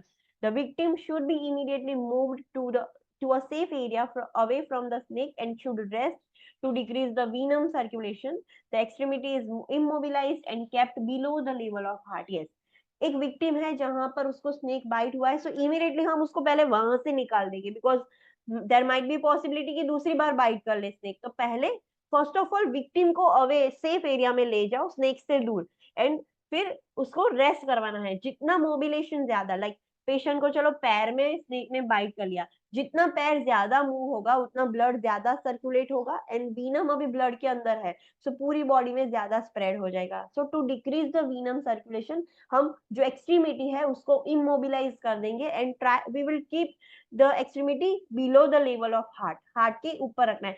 अगर हाथ में काटता है स्नेक तो हाथ को एलिवेट करेंगे कि नीचे रखेंगे? Down side. यस, हमने देखा कि हार्ट के लेवल से नीचे रखना है. अगर हम एलिवेट करेंगे तो वो अबव द हार्ट हो गया, इमीडिएटली सारा वीनस रिटर्न प्रमोट होके हार्ट की तरफ चला जाएगा एंड सारा वो वीनस वाला ब्लड है वो हार्ट की तरफ चला जाएगा एंड फिर पूरी बॉडी में फैल जाएगा. So always keep the extremity below the level of heart. Constricting clothing and jewellery are removed before swelling occurs. कुछ ऐसी कंस्ट्रिक्टिंग क्लोथिंग है, कुछ बैंड है, रिंग्स है, ज्वेलरी, ऐसा सब कुछ है. स्वेलिंग होगा, बाइट होगा, due to that inflammatory reaction होगा तो वहां पर स्वेलिंग होगा. सो स्वेलिंग हो उससे पहले निकाल दो वरना वो वहां पर ही टाइट हो जाएगा तो उसकी वजह से कंपार्टमेंट सिंड्रोम हो सकता है. तो वो सब पहले निकाल दो. The victim is kept warm and is not allowed to consume caffeinated and alcoholic beverages which may speed absorption of the venom. Yes, patient को एकदम वार्म रखना है एंड पेशेंट को बोलना है कैफिनेटेड. जब तक हॉस्पिटल नहीं पहुंच जाते कुछ भी कैफिनेटेड अल्कोहलिक बेवरेजेस नहीं ले सकता विक्टिम बिकॉज उससे वीनम का एब्जॉर्प्शन बहुत फास्ट हो जाएगा ब्लड के अंदर. If unable to seek the emergency medical attention promptly, a constricting band may be applied proximal to the wound to slow the venom circulation. Monitor the circulation frequently and loosen the band if edema occurs. Yes, चलो कोई person like एक बुशी area में गया था, जंगल जैसे area में गया था, अभी वहां से हॉस्पिटल बहुत दूर है, हम इमीडिएटली प्रॉम्प्टली उसको इमरजेंसी डिपार्टमेंट तक नहीं ले जा पाएंगे, थोड़ी देर लगेगी. तो क्या करना है ऐसे टाइम पर? सो फॉर एग्जांपल ये पेशेंट का पैर है और पेशेंट को यहाँ पर स्नेक बाइट हुआ है, so proximal to the snake bite हम यहाँ पर एक क्लोथ अप्लाई कर देंगे, उसको बांध देंगे, कंस्ट्रिक्टिंग बैंड लाइक कुछ भी है उसको बांध देंगे, तो जिसकी वजह से ये जो वीनम है वो आगे ना जाए, सर्क्यूलेट ना हो। बट यस, वहां पर एडिमा भी होगा, तो आपको देखते रहना है। अगर एडिमा हो रहा है, थोड़ी एक्सट्रीमिटी स्वोलन हुई है, तो थोड़ा हम लूज करेंगे, थोड़ा और एडिमा बढ़ा तो थोड़ा और लूज करेंगे, बिकॉज अगर हम टाइट ही रखेंगे तो उसकी वजह से कंपार्टमेंट सिंड्रोम हो सकता है, एंड वी डोंट वांट कि कंपार्टमेंट सिंड्रोम हो। हमें तो सिर्फ इतना चाहिए कि ये वीनम है वो आगे ना बढ़े, so depending on the oedema हम थोड़ा थोड़ा उसको लूज करते जाएंगे। The wound is not incised or sucked to remove the venom. Ice is not applied to the wound. Yes. Bee stings है, फिर स्कॉर्पियन स्टिंग्स है, देन उसके पहले स्पाइडर स्टिंग्स है, उसमें हम आइस अप्लाई करते थे। स्नेक बाइट में आइस अप्लाई नहीं करना है, डोंट फॉरगेट दिस। उसमें आइस अप्लाई नहीं कर सकते, एंड जो मूवीज में दिखाते हैं कि सब करके उसका जहर निकालते हैं, ऐसा कुछ भी नहीं करना है, वरना पेशेंट तो जाएगा साथ में आप भी चले जाओगे। सो डू नॉट इंसाइज और सक द वीनम, कुछ भी ऐसा कुछ नहीं करना है। Emergency care in the hospital is required as soon as possible, जितना जल्दी हो सके उसको हॉस्पिटल लेके जाना है, हॉस्पिटल में केयर देनी होगी। एंटीविनम देंगे वो लोग हॉस्पिटल में, and antivenom may be administered along with the supportive care. The snake should not be transported with the victim for identification purposes unless it can be safely placed in a sealed container during transportation. Yes, in एंग्लिश countries कुछ भी कहीं पे भी कुछ bite करता है तो आप उसको साथ में कैरी करके ले जाते हो कि मुझे इसने काटा, मुझे ये इसने काटा, ऐसे उसको साथ में ले जाते हो। स्नेक को नहीं ले जाना है अनलेस आपने वो स्नेक को एक कांच के सील्ड कंटेनर में पैक किया है कि अभी वो रास्ते में कुछ भी नहीं कर पाएगा, उसको पैक किया है, तभी आप लेके जा सकते हो। खुला स्नेक आप नहीं लेके जा सकते unless it is safely placed in a jar, तभी आप लेके जा सकते हो। Next, that is the red important point that you have to remember. For spider bites, scorpion bites, and other stings or bites, the poison control center needs to be contacted as soon as possible to determine the best initial management. Yes, सारी एंग्लेक्स countries में उनके घर में जहां पर telephone होता है, mobile phone में, सब जगह पर ये पॉइजन कंट्रोल सेंटर का नंबर सेव करना कंपलसरी है, एक रूल है कि कुछ भी एक्सीडेंट हो, हैजार्ड हो, तो सबसे पहले इनको कॉल किया जाता है, ना कि हॉस्पिटल में कॉल करना है। सबसे पहले कोई भी स्पाइडर बाइट, स्कॉर्पियन बाइट, कुछ भी स्टिंग होता है, तो सबसे पहले पॉइजन कंट्रोल सेंटर को कॉल करना है। जैसे ही वो बोले वैसा करना है, वो बोले कि ऐसा करो and then take to the hospital, तो सेम वैसा ही करना है। सो पहला कॉल हॉस्पिटल में नहीं, यहाँ पर क्या होता है कुछ भी होता है सो डायरेक्टली सब 108 डायल करते हैं, नो, वहां पर पहले पॉइजन कंट्रोल सेंटर को कॉल करना होगा, वो जैसा बोले वैसा करना है। Got it? Yes. Okay.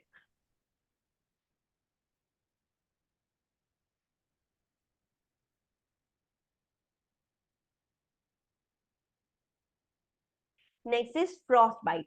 What do you mean by frostbite? जो बाहर है उनको पता होगा।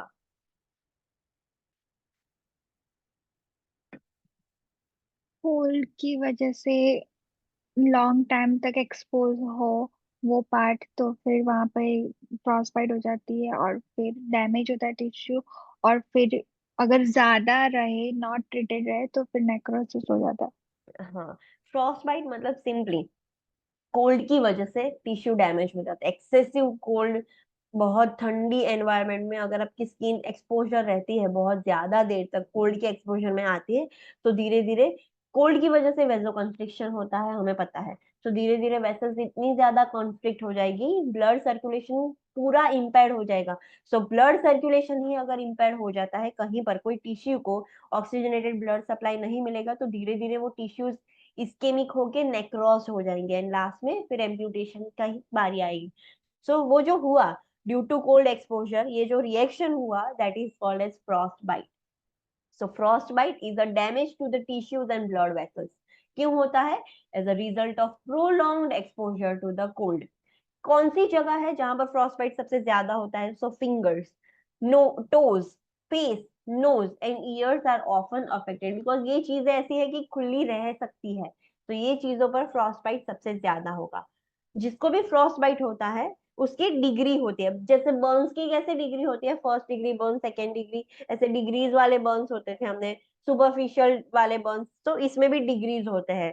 तो first degree, second degree, third degree and fourth degree. First degree में क्या होगा, it involves the white plague surrounded by a ring of hyperaemia and oedema. What do you mean by hyperaemia? Hyperaemia का मतलब क्या होगा? Aemia is related to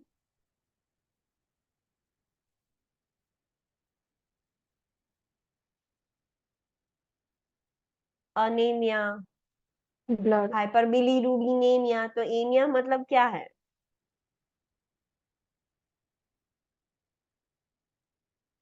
it is related to related to blood. Blood. हाँ, hyper है मतलब increase हो गया है। सो due to exposure to cold, हमें पता है कि वेसो कंस्ट्रिक्शन होता है, but body as a compensatory mechanism वहां पर बहुत ज्यादा ब्लड सप्लाई पहुंचाने का ट्राई करेगी।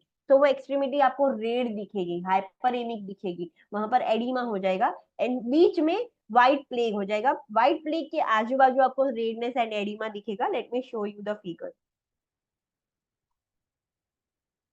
ये फर्स्ट इमेज दिख रही है, पूरा रेड रेड हो गया है, ऐसा दिख रहा है।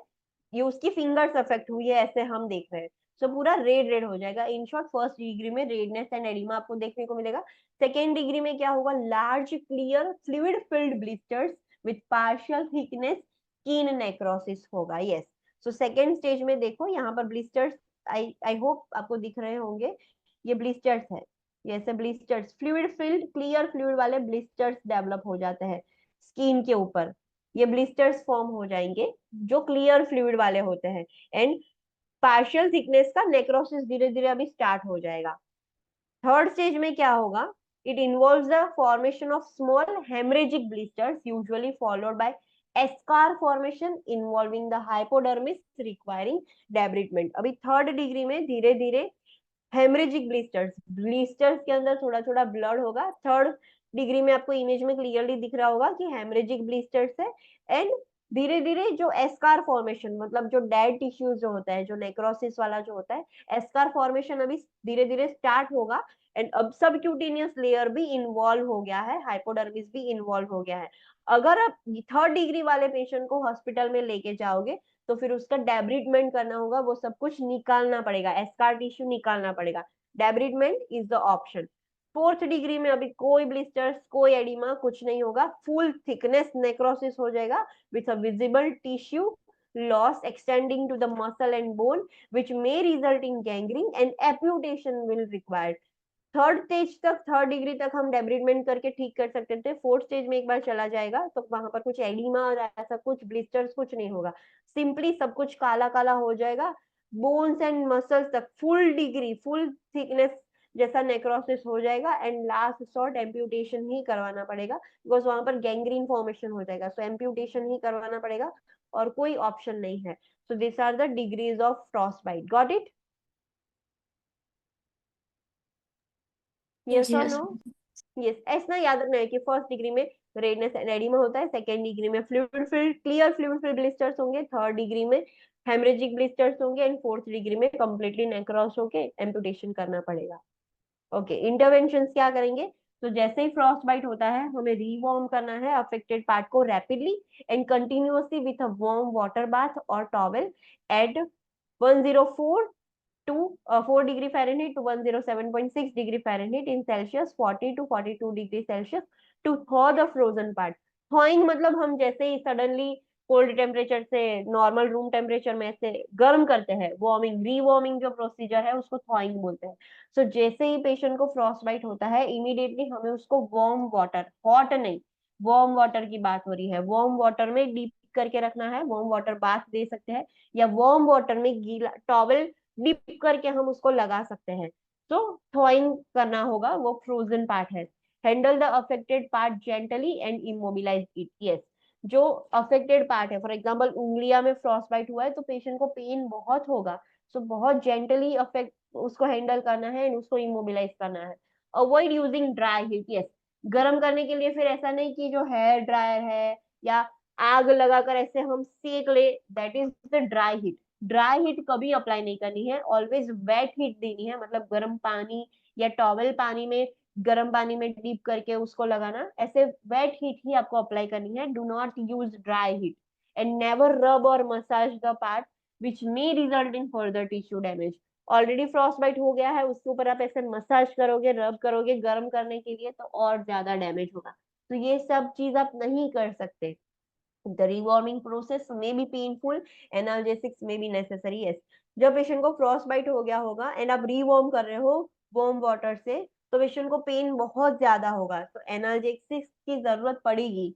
Avoid compression of the injured tissues and apply only loose and non adherent sterile dressing, yes. उसको कंप्रेस नहीं करना है, दबाना नहीं है, जो टिश्यूज जो ऑलरेडी इंजर्ड हो गया है, जिसमें फ्रॉस्ट बाइट हुआ है, तो उसके ऊपर अगर आपको ड्रेसिंग करना है तो एकदम लूज, चिपक ना जाए ऐसा ड्रेसिंग करना होगा। Monitor for the science of compartment syndrome, yes. अगर आप लाइक ड्रेसिंग कर रहे हो, एडिमा हो गया है, ऐसा कुछ होगा, तो कंपार्टमेंट सिंड्रोम ना हो जाए उसके साइंस मॉनिटर करने हैं। कंपार्टमेंट सिंड्रोम कैसे पता चलेगा, साइंस क्या है उसके?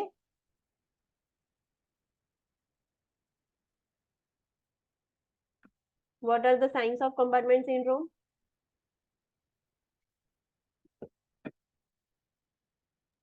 pallor, हम्म,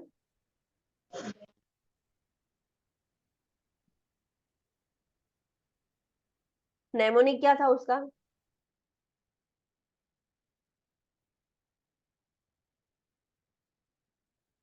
5 P है जो कंपार्टमेंट सिंड्रोम में होता है। First P pallor, second pulseless, pulseless, paraesthesia, paraesthesia, फिर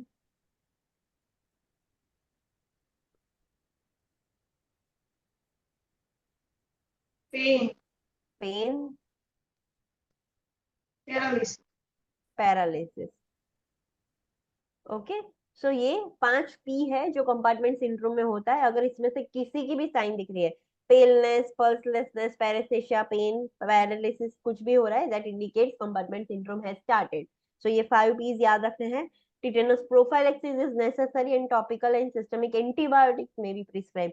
फ्रॉस्टबाइट वाले पेशेंट को टिटेनस देना होगा, एंटीबायोटिक्स भी देनी होगी। Debridement of a necrotic tissue may be needed, amputation may be necessary if gangrene develops. अगर 3rd डिग्री में है तो डेब्रिटमेंट करना पड़ेगा, निकालना पड़ेगा वो एस्कर सारा necrotic tissue, and 4th degree में है तो एम्पुटेशन भी करना पड़ेगा अगर गैंग्रीन हो गया है। So this is the intervention. But initial intervention क्या होगी? फर्स्ट ऑफ ऑल हमें जैसे ही पेशेंट फ्रॉस्टबाइट वाला होता है, हमें उसको रीवॉर्म करना है। तो एटलीस्ट वार्मिंग से क्या होगा, वेजोडाइलेशन होगा, ब्लड सर्कुलेशन एटलीस्ट इंप्रूव हो कि जितना डैमेज हुआ है वहां पर स्टॉप हो जाए, ज्यादा फर्दर डैमेज ना हो। सो रीवॉर्मिंग विल बी फर्स्ट, फिर हम दूसरी सारी चीजें हम देखेंगे। और क्या नहीं करना है वो आपको पता होना चाहिए। Got it? Yes or no? yes, okay, next is actinic, actinic keratosis. Actinic keratosis क्या है, किसी को पता है, कुछ आइडिया है? एक्टिनिक कीरेटोसिस क्या है? ये इमेज है जो एक्टिनिक कीरेटोसिस शो कर रहा है। तो इमेज देख के कुछ आइडिया आ रहा है कि ये क्या है? Okay, let me tell you. Actinic keratosis में क्या होता है, due to exposure to like sun या कुछ भी हार्श चीजें के एक्सपोजर में आने से जो स्किन है एकदम ड्राई एंड स्केली हो जाती है। दिख रहा है आपको कैसी हो गई है ये स्किन? ये जो है पोर्शन वो एक्टिनिक कीरेटोसिस हो गया है, तो एकदम ड्राई एंड स्केली स्किन हो जाएगी, that is called as actinic keratosis. Got it? Yes, yes, ma'am. Yes. So actinic keratosis are caused by chronic exposure to the sun and appears as a rough, scaly, red or brown lesions that are usually found on face, scalps, arms and backs of the head. कहाँ कहाँ पर होता है exposure? सन के exposure में या किसी harsh चीज के एक्सपोजर की वजह से होता है। वो जो स्किन है वो एकदम रफ हो जाएगी, स्केली हो जाएगी, रेड या ब्राउन कलर का लीजन होगा। यहाँ पर आपको दिख रहा है तो थोड़ा थोड़ा यहाँ पर ब्राउन है, तो डिपेंड करता है, रेड या ब्राउन कलर का लीजन होगा एंड एकदम ड्राई हो जाएगी स्किन। कहाँ पर होता है ये एक्टिनिक कीरेटोसिस? फेस पर हो सकता है, स्काल्प पर हो सकता है, हाथ में हो सकता है, बैक ऑफ द हैंड्स यहाँ पर हो सकता है, सो कहीं पर भी हो सकता है, ये इतनी जगहों में से। Lesions are considered pre malignant and there is a risk of slow progression to squamous cell carcinoma. Yes, अगर किसी पेशेंट को एक्टिनिक केराटोसिस है, सो अगर उसने प्रॉपर ध्यान नहीं दिया, ये प्री मैलिग्नेंट बोला जाता है। अगर वो फिर भी क्रोनिक एक्सपोजर में आ ही जा रहा है, तो धीरे धीरे धीरे धीरे करके उसको स्क्वैमस सेल कार्सिनोमा हो सकता है, स्किन का कैंसर हो सकता है इसकी वजह से। Treatment includes medication, excision, cryotherapy, curative and laser therapy. इसकी ट्रीटमेंट क्या है? एक्टिनिक केराटोसिस हो जाता है तो मेडिसिन देके ठीक किया जा सकता है। एक्सिशन मतलब ये जितना डैमेज पोर्शन है, जो स्किन ड्राई स्केली हो गए है, उसको एक्साइज कर देंगे, निकाल देंगे। Cryotherapy, now tell me what do you mean by cryo word?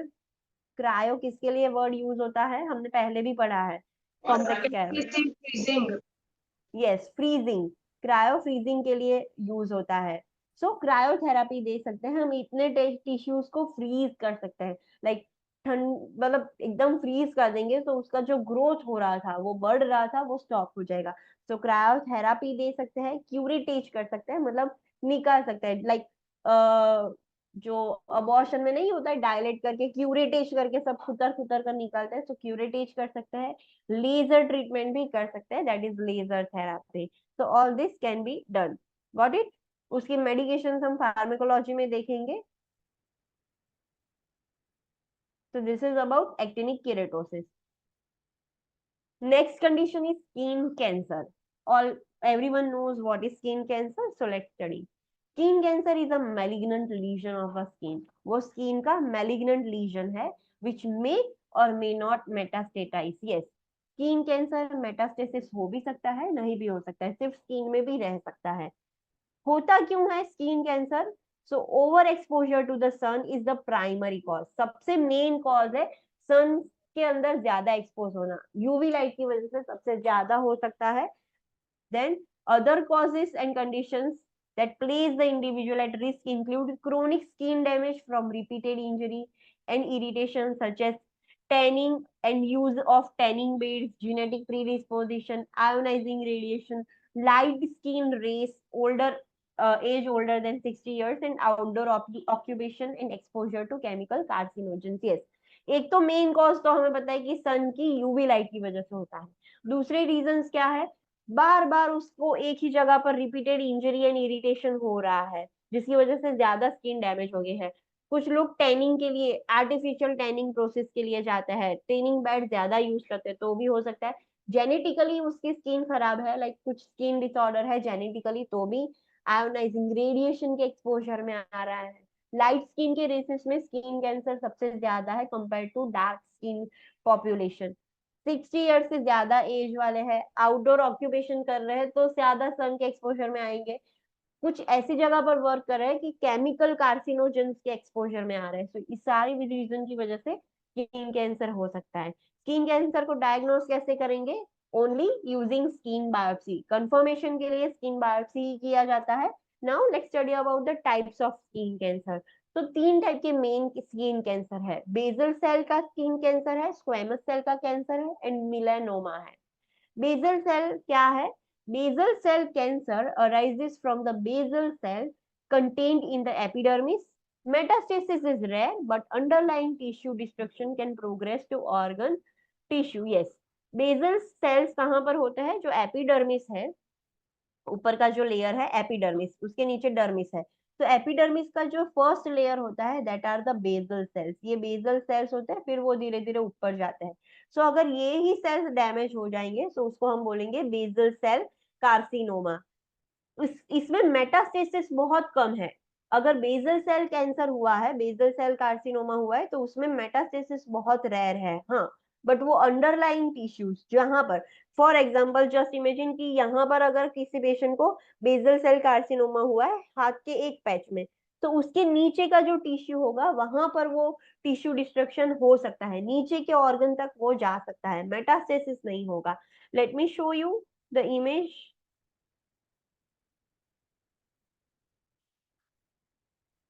Yes, ये जो फर्स्ट इमेज दिख रहा है आपको, ये है बेजल सेल कार्सिनोमा, ऐसा दिखता है। सो अगर ये हुआ है तो हम उसको बोलेंगे basal cell carcinoma. Next is squamous cell carcinoma. Squamous cell cancer is a tumor of the epidermal keratinocytes and can infiltrate surrounding structure and metastatize to the lymph nodes. Squamous cells जो epidermal के keratinocytes है वो abnormally grow होना start कर देंगे and वहां पर tumour हो जाएगी अब, एंड वो ट्यूमर सराउंडिंग जो स्ट्रक्चर्स है वहां पर इनफिल्ट्रेट हो सकती है, उसके नीचे की जहां पर वो कैंसर हुआ है उसके नीचे की जो भी लिम्फ नोड्स होगी वहां पर वो मेटास्टेसिस हो सकता है। सो लिम्फ नोड इसमें अफेक्ट होगी। ये जो सेकेंड फिगर है that is called as squamous cell carcinoma, वो स्क्वेमस सेल कार्सिनोमा है। इसमें यहाँ पर दिखा है कि उसको चीन एरिया का जो एपिडर्मिस है वहां पर ट्यूमर हो गई है, so you can see the tumour. Next is मिलेनोमा।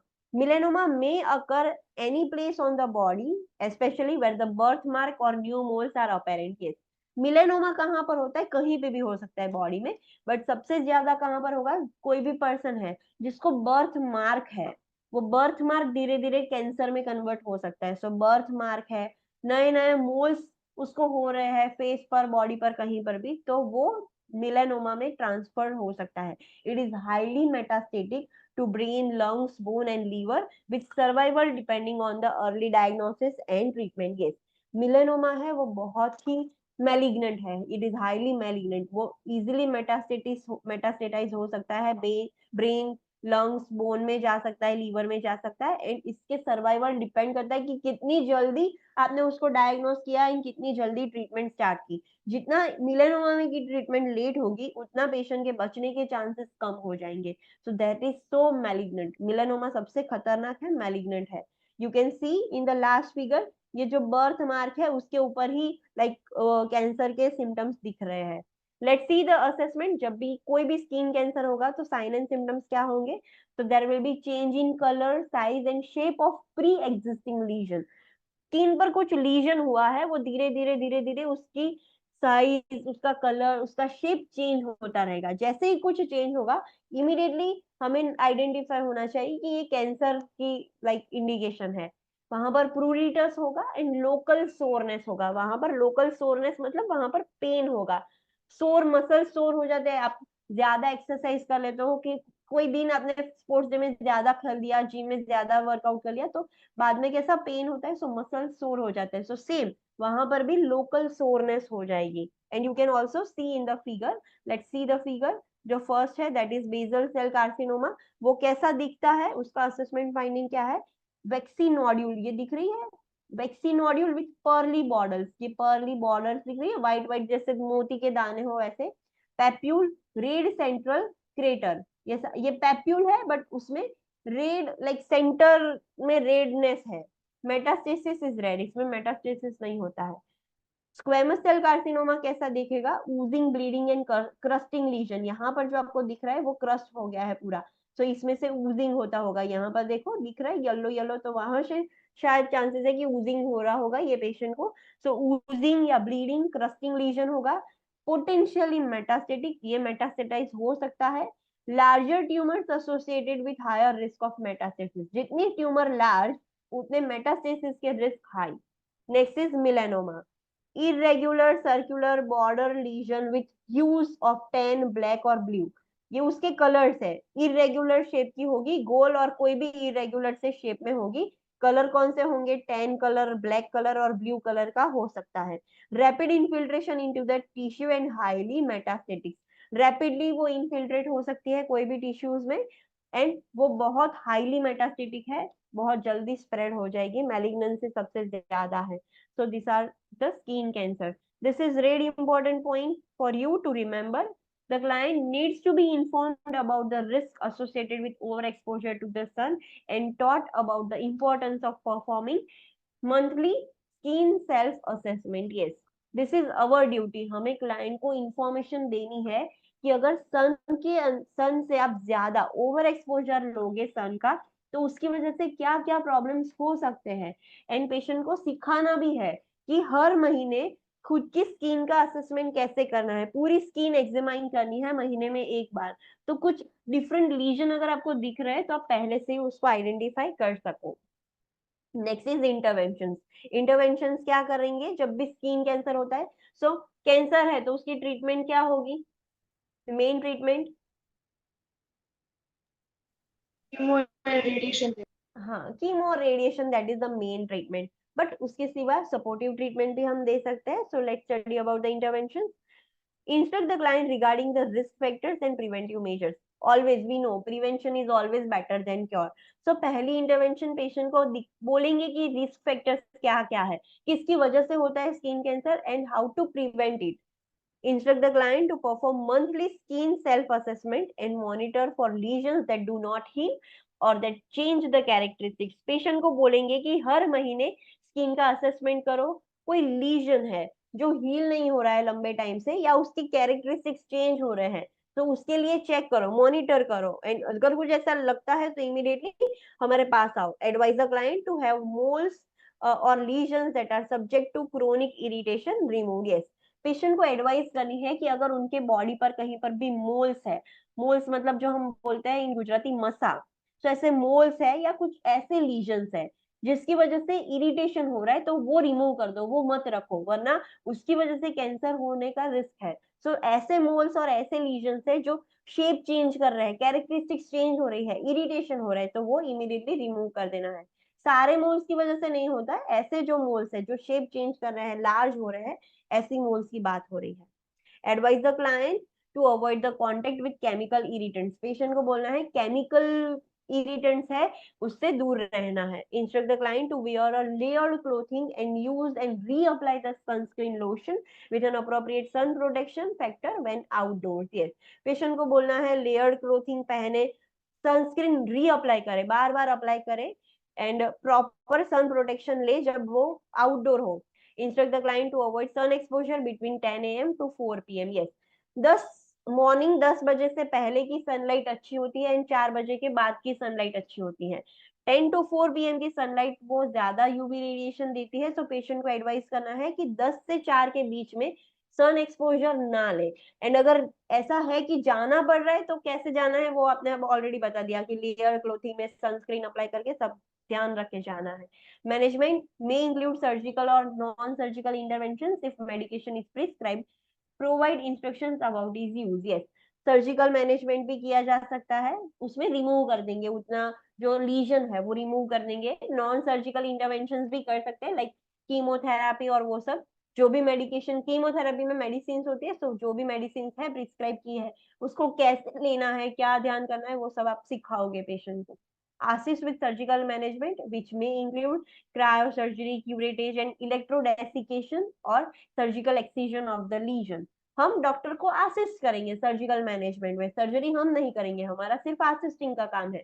Cryo surgery में फ्रीजिंग कर देंगे, क्यूरेटेज में सब खुतर कर निकाल देंगे. इलेक्ट्रोडेसिकेशन में क्या होता है, इलेक्ट्रिक करंट का यूज करके, लेजर ट्रीटमेंट में कैसा होता है सेम, इलेक्ट्रिक करंट का यूज करके हम उसको सारा वो जला देते हैं, मतलब डैमेज कर देते हैं, जो टिश्यूज है उसको निकाल देते हैं. रेडिएशन थेरेपी में कैसा होता है सेम वैसा करेंगे, या तो सर्जिकल एक्सरसाइज ही कर देंगे, पूरा लीजन ही पूरा सर्जिकली निकाल देंगे. So this are the surgical treatment जिसमें हम सिर्फ हेल्प कर सकते हैं.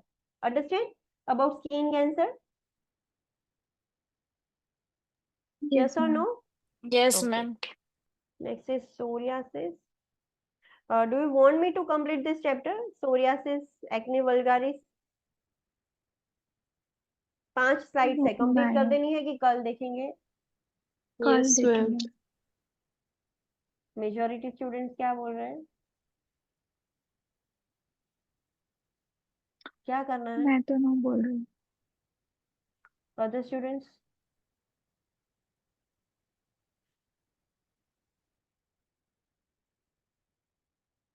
वैसे ओल्ड स्टूडेंट्स को तो 12 बजे तक बैठने की आदत हो गई है. Completed, ma'am.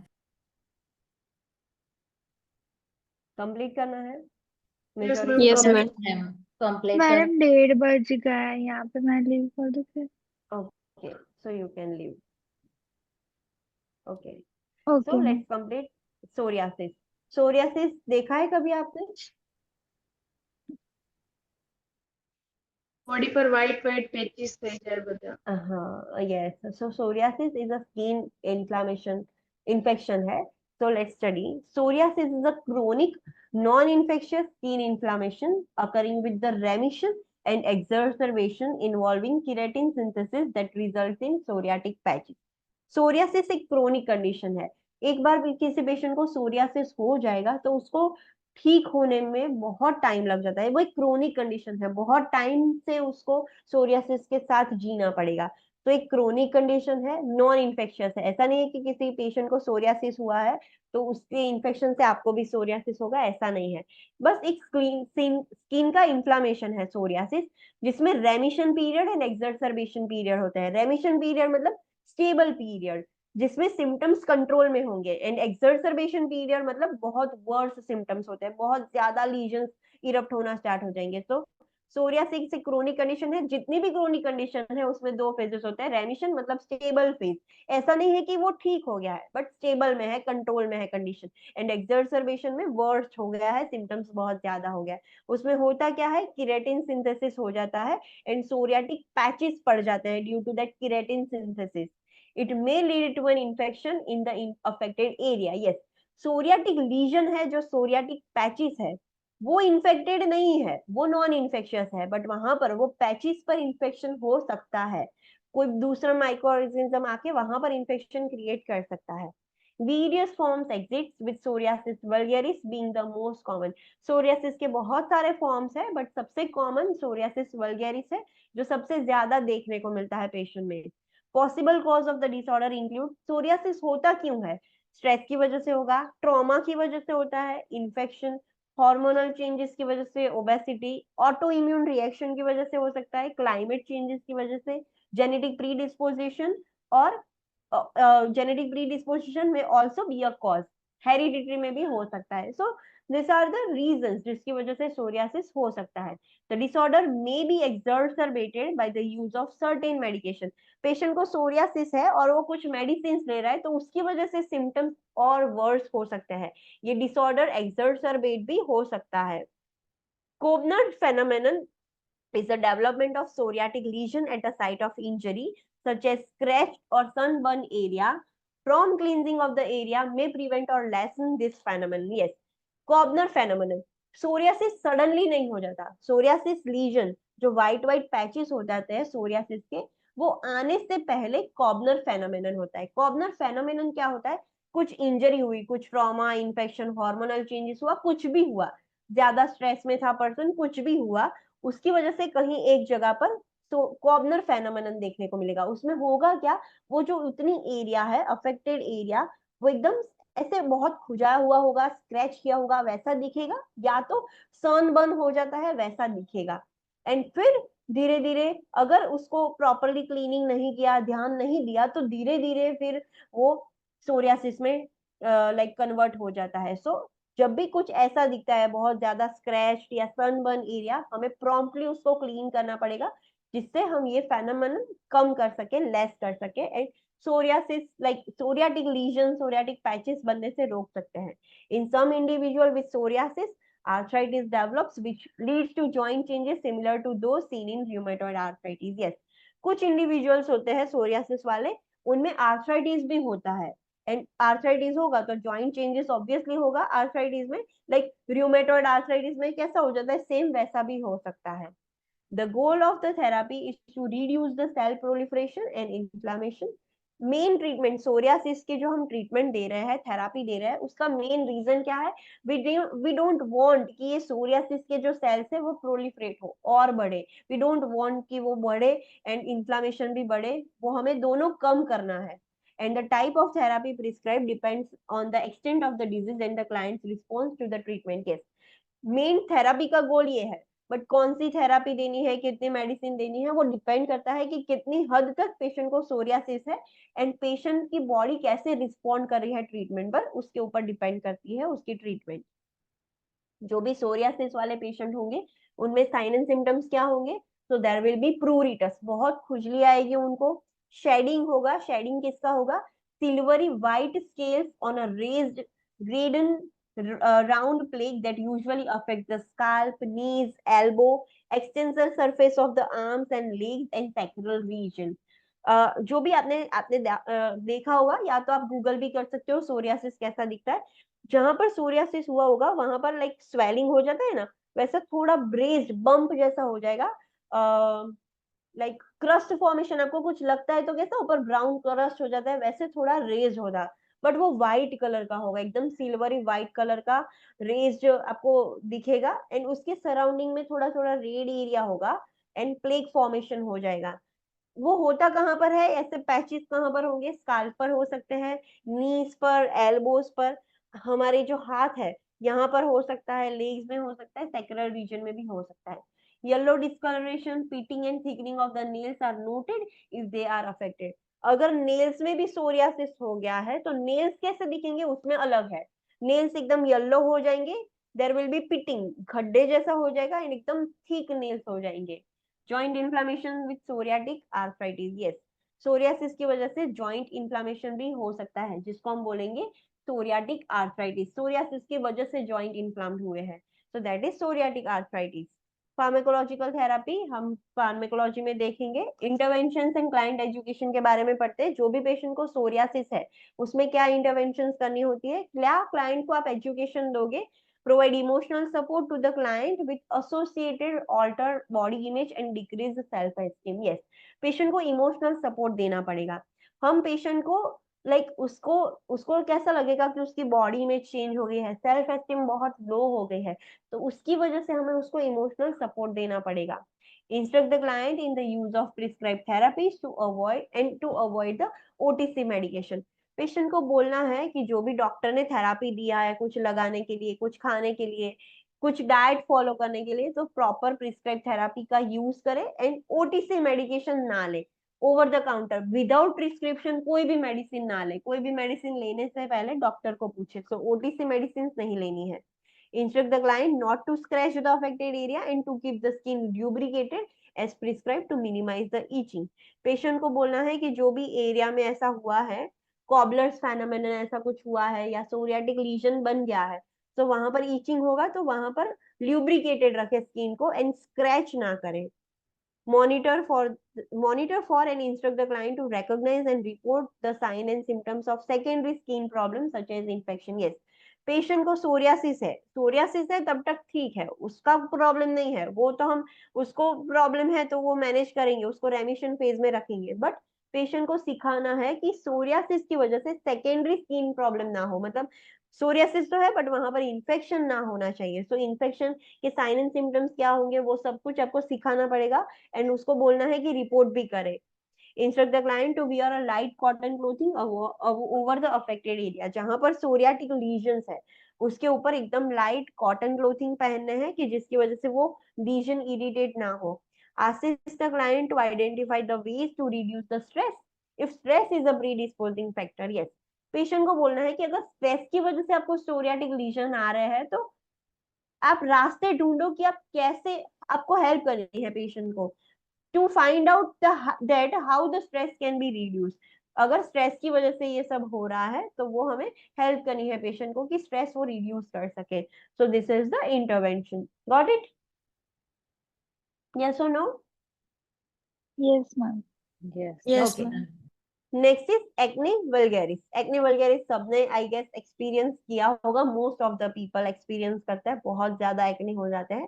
So acne is a chronic condition that usually begins in the puberty. Acne भी क्रोनिक है, एक्यूट नहीं है कि आज हुआ 2 दिन बाद सब क्लीन हो गई स्किन, नहीं, बहुत टाइम लेगा वो ठीक होने में। सो that is also chronic skin disorder and start कब होती है? प्यूबर्टी में स्टार्ट होती है। Lesions developed on the face, neck, chest, shoulder and back. Acne eruption कहाँ कहाँ होगा? फेस पर होता है, नेक पर होता है, चेस्ट पर, शोल्डर्स पर, बैक पे, सब जगह पर हो सकता है। Acne requires active treatment for control until it resolves। Acne में जब भी किसी को एक्ने होता है तो उसमें एक्टिव ट्रीटमेंट लेनी होगी। कब तक? जब तक कि वो रिजॉल्व नहीं हो जाते तब तक कंटिन्यूअसली उसको ट्रीटमेंट लेनी होगी। ट्रीटमेंट लेके अगर वो छोड़ देगा तो वापस से एक्ने वल्गैरिस स्टार्ट हो जाएगा। The types of lesion includes comedones. Yes, acne में क्या होता है? कोमेडोन्स होते हैं, ओपन या क्लोज टाइप के कोमेडोन्स होंगे, प्यूस्टूल्स होगा, पैप्यूल्स होगा, नोड्यूल्स होगा। आई होप आपको जो स्किन लीजन से उससे पता चल गया होगा प्यूस्टुल्स क्या होते हैं, पैप्यूल्स क्या होते हैं, नोड्यूल्स क्या होते हैं, वो आपको पता चल गया होगा. The exact cause is unknown but may include androgenic influence on the sebaceous gland. हाँ, we don't know exactly acne होता क्यों है वो हमें नहीं पता है, एग्जैक्ट कॉज हमें पता नहीं है, बट हम ऐसा मानते हैं कि एंड्रोजेनिक इन्फ्लुएंस की वजह से जब भी कोई पर्सन प्यूबर्टी हीट करता है तब उसका ग्रोथ एंड डेवलपमेंट बहुत ज्यादा हो जाता है, बहुत ज्यादा हार्मोन्स रिलीज होते हैं. So due to that androgenic influence उसकी वजह से सीबेशियस ग्लैंड पर बहुत ज्यादा इफेक्ट देखने को मिलेगा, और उसकी वजह से क्या होगा, सीबम प्रोडक्शन बढ़ जाएगा. सीबम एक ऑयली सिक्रीशन है जो सीबेशियस ग्लैंड सिक्रीट करते हैं, तो सीबम प्रोडक्शन बढ़ जाएगा. सीबम प्रोडक्शन बढ़ने की वजह से there will be a proliferation of propionibacterium acnes, the organism that converts sebum into the irritant fatty acid. ये जो बैक्टीरिया है वो क्या करता है, स्किन के ऊपर होता है, स्किन के ऊपर आता है. फिर जो एक्सेसिव ऑयल सीक्रेट हो रहा है तो ये बैक्टीरिया क्या करेगा, वो ही ऑयल को कन्वर्ट कर देगा फैटी एसिड में. अब एसिड है तो वो हमारी स्किन को इरिटेट करेगा और उसकी वजह से एक्नीज होता है. exacerbation coincide with the menstrual cycle because of hormonal activity. yes, females में menstrual cycle and acne का दोनों का रिलेशन है. जब भी menstrual cycle स्टार्ट होने वाली होती है, लाइक मेंसेस स्टार्ट होते हैं उससे 7 दिन पहले एक्ने बहुत एक्सर्सरबेट हो जाते हैं, बहुत ज्यादा एक्ने डेवलप हो जाते हैं. सो एक्सर्सरबेशन देखने को मिलता है due to hormonal activity. Oily skin and genetic predisposition may be a contributing factor. Yes, जिसकी भी ऑयली स्किन होगी उसको एक्ने होगा. एंड जेनेटिक प्रीडिस्पोजिशन, पेरेंट्स को अगर एक्ने का प्रॉब्लम है तो चाइल्ड को भी एक्ने का प्रॉब्लम आएगा. तो genetic predisposition also plays a major role. Assessment, जिसको भी एक्ने होगा साइन एंड सिम्टम्स कैसे होंगे, so there will be closed comedones. जो क्लोज कोमेडोन्स है बम्प्स जैसा होता है बट जो क्लोज है उसको हम बोलते हैं white heads. So closed comedones are white-head and non-inflamed lesion that develops as the follicles enlarge with the retention of horny cells. जब जो follicles होते हैं ऐसे enlarge होंगे बट बंद है, यहाँ पर horny cell accumulate हुआ है बट ऊपर से बंद है, तो इसको हम बोलते हैं white heads. तो एक्ने वल्गारिस में आपको white heads दिखने को मिलेंगे जो closed comedones होते हैं.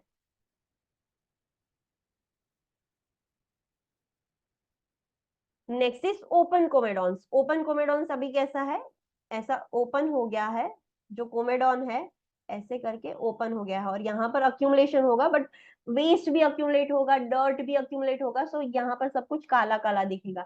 सो ओपन कोमेडॉन्स को हम बोलते हैं ब्लैक हेड्स. तो open comedones are blackhead that results from continuous accumulation of horny cells and sebum which dilates the follicle. follicle ऐसे बंद की जगह अब ऐसे हो गया है, ओपन हो गया है. यहाँ पर हॉर्नी सेल और वो सब तो है बट हॉर्नी सेल है, सीबम है, वो सब कुछ है बट डर्ट भी अक्यूमुलेट हो रहा है, उसकी वजह से वो ब्लैक दिखता है. तो उसको हम बोलते हैं ओपन कोमेडोन्स को ब्लैक हेड्स बोलते हैं. तो there will be whiteheads, blackheads, pustules होगा, पैप्यूल्स होगा that results as an inflammatory process progress. जैसे जैसे पहले बम्प होता है जिसको हम कोमेडॉन्स बोलते हैं, फिर जैसे जैसे वो इन्फ्लाम्ड हो जाएगा वहां पर पस फॉर्मेशन और वैसे सब कुछ हो जाएगा, पेनफुल हो जाएगा वो. तो दैट इज पुस्ट्यूल्स एंड पैप्यूल्स हो जाएगा जैसे जैसे इन्फ्लेमेशन बढ़ेगा. nodules results from total disintegration of the comedon and subsequent collapse of the follicle. yes, जैसे ही वो जो एक्नी है वो फूट जाता है फिर एक हार्ड बम्प जैसा रह जाता है जिसको हम बोलते हैं नोड्यूल्स. जैसे ही कोमेडॉन और कोमेडॉन लाइक डीजनरेट हो जाएगा और फॉलिकल कोलैप्स हो जाएगा तब जो बचेगा उसको हम बोलते हैं नोड्यूल्स. सो ये सारे असेसमेंट फाइंडिंग्स है. Deep scarring can result from the nodules. Yes, कभी कभार जो नोड्यूल्स बन के रह जाते हैं वो नोड्यूल्स की वजह से वहां पर स्कार फॉर्मेशन भी हो जाता है, डीप स्कारिंग भी हो जाता है. So these are the assessment finding of a acne vulgaris. Now जो भी एक्ने वल्गरिस वाले पेशेंट होते हैं उसकी ट्रीटमेंट क्या है, उसकी इंटरवेंशन क्या करेंगे. Instruct the client in prescribed clean cleansing method with emphasis on not scrubbing the face and only using the prescribed topical agents. yes, patient को बोलना है प्रॉपर क्लीनिंग करना कैसे है.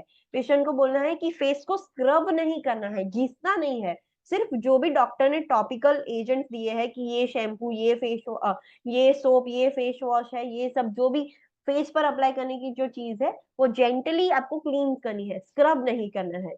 Instruct the client in the administration of topical और oral medication as prescribe. उसको topical apply करने के लिए मेडिसिन देंगे, ओरली देंगे, तो जो भी मेडिसिन है कैसे लेनी है वो सब सिखाओगे पेशेंट को। Instruct the client not to squeeze, prick or pick at the lesion. Patient को बोलना है कहीं पे भी वो जो पैप्यूल प्यूस्यूल है उसको स्क्वीज नहीं करना है, प्रिक नहीं करना है, पिक नहीं करना है, ऐसा कुछ नहीं करना है। Instruct the client to use the products labeled as a non-comedogenic and cosmetics that are water-based and to avoid contact with the products with an excessive oil base। Patient को सिखाना है आप कुछ भी चीज यूज कर रहे हो फेस पर या बॉडी पर, सो उसके ऊपर लेबल लिखा हुआ आना चाहिए, it is a non comedogenic. Cosmetics भी यूज कर रहे हो तो भी नॉन कोमेडोजेनिक होने चाहिए। कोमेडोजेनिक कॉस्मेटिक्स और प्रोडक्ट्स यूज नहीं करने हैं, सो ऐसी चीजें यूज करनी है। फिर जो भी कॉस्मेटिक मेकअप प्रोडक्ट्स होते हैं वो दो टाइप के आते हैं, water based and oil based. So always water based cosmetic products he use करने हैं। जो भी चीजों में ऑयल ज्यादा होता है, एक्सेसिव ऑयली होता है, ऑयल बेस्ड होता है, ऐसी सारी चीज अवॉइड करनी है। Instruct the client on the importance of follow up treatment. Patient को फॉलोअप के बारे में इंपॉर्टेंस समझाना है। एंड मेडिकेशंस के बारे में हम फार्माकोलॉजी में देखेंगे। Okay, so this is all about acne vulgaris. Next है Steven Johnson syndrome. Steven Johnson syndrome क्या है? ये एंटीबायोटिक की वजह से होता है। Let's see. Steven Johnson syndrome is a medication induced skin reaction. दवाई की वजह से एक स्किन रिएक्शन होता है थ्रू एन इम्यूनोलॉजिकल रिस्पॉन्स। कोई भी दवाई लेते हो, हमारी बॉडी एंटीजन एंटीबॉडी रिएक्शन करती है, मतलब इम्यूनोलॉजिकल रिस्पॉन्स जनरेट करेगी और उसकी वजह से स्किन पर रिएक्शंस देखने को मिलेंगे। कौन सी मेडिकेशन की वजह से स्टीवन जॉनसन सिंड्रोम होता है? So the medication causing the reaction include antibiotics, उसमें भी स्पेसिफिकली सल्फोनामाइड्स वाली antibiotics, anti scissor medication and NSAIDs, that is non steroidal anti inflammatory drug. कुछ कुछ पेशेंट को, सारे लोगों को नहीं होता है, बट कुछ कुछ पेशेंट को ये मेडिसिन लेने की वजह से स्टीवन जॉनसन सिंड्रोम हो सकता है। The syndrome is similar to toxic epidermal necrolysis, that is TEN, another medication induced skin reaction that results in diffuse erythema and large bristle formation on the skin and mucous membrane। ये जो Steven Johnson syndrome है वो 10 के similar है।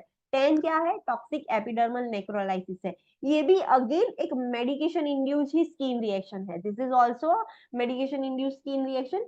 इसमें क्या होता है, एकदम डिफ्यूज एरिथमा हो जाएगा, मतलब पूरा रेड रेड हो जाएगा स्किन और बड़े बड़े ब्लिस्टर्स बन जाएंगे on the skin and mucous membrane। I have seen one patient of TEN। उसमें वो पेशेंट को इतने ज्यादा बड़े बड़े ब्लिस्टर्स, लाइक मेरे पाम के जितने ब्लिस्टर्स हाथ पे और उतने हो गया था। हम छुए ना तो भी उसमें से पानी निकल रहा था, उसको देखकर ही ऐसा हो रहा था कि ये क्या हो गया। बट ये मेडिसिन की वजह से होता है कुछ पेशेंट्स में।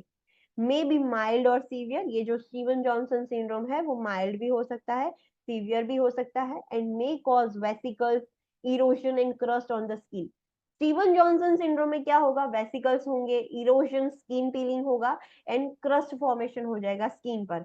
इफ सीवियर, अगर वो सीवियर है, माइल्ड में ऐसा होता है, सीवियर में क्या होगा? Systemic reaction occur that involves respiratory system, renal system, eyes resulting in blindness and it can be fatal। अगर सीवियर पूरा सिस्टमिक रिएक्शन हुआ तो पेशेंट की जान भी जा सकती है, respiratory system, renal system, eyes में ब्लाइंडनेस हो सकती है, सब कुछ हो सकता है, जान भी जा सकती है। It can be fatal.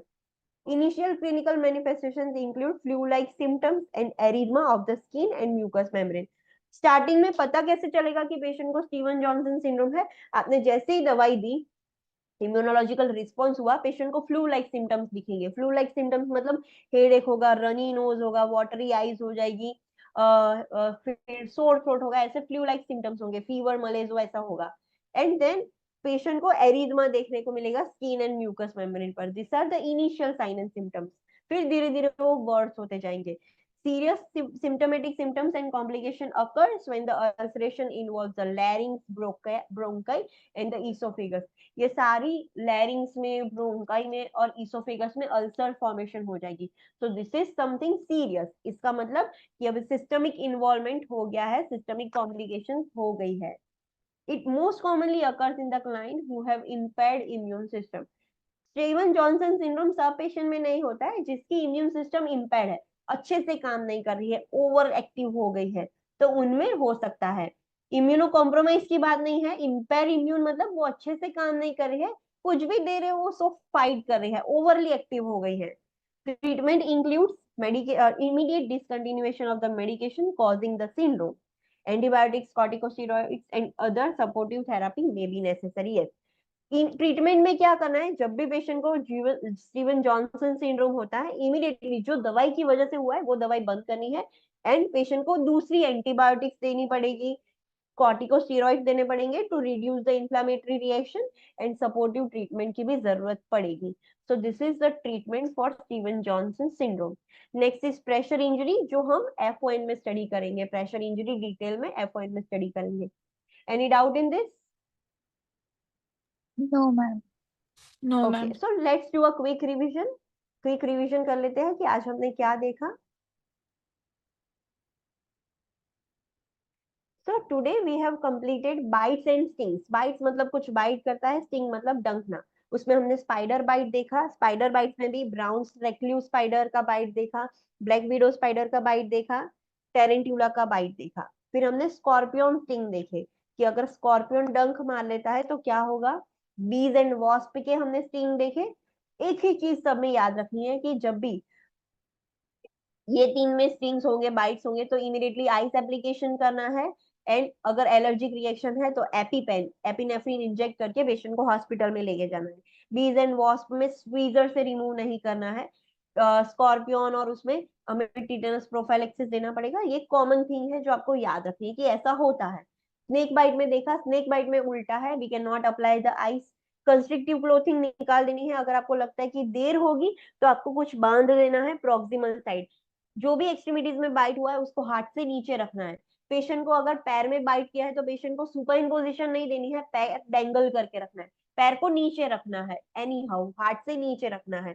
And tight आपने जो कुछ भी बांधा है वो भी चेक करते रहना है, अगर एडिमा बढ़ रहा है तो धीरे धीरे उसको भी लूज करना होगा। आप सक और इंसाइज नहीं कर सकते एंड पेशेंट को हॉस्पिटल में ले जाके एंटीविनम देना पड़ेगा। What is the red important point? Red important point क्या है?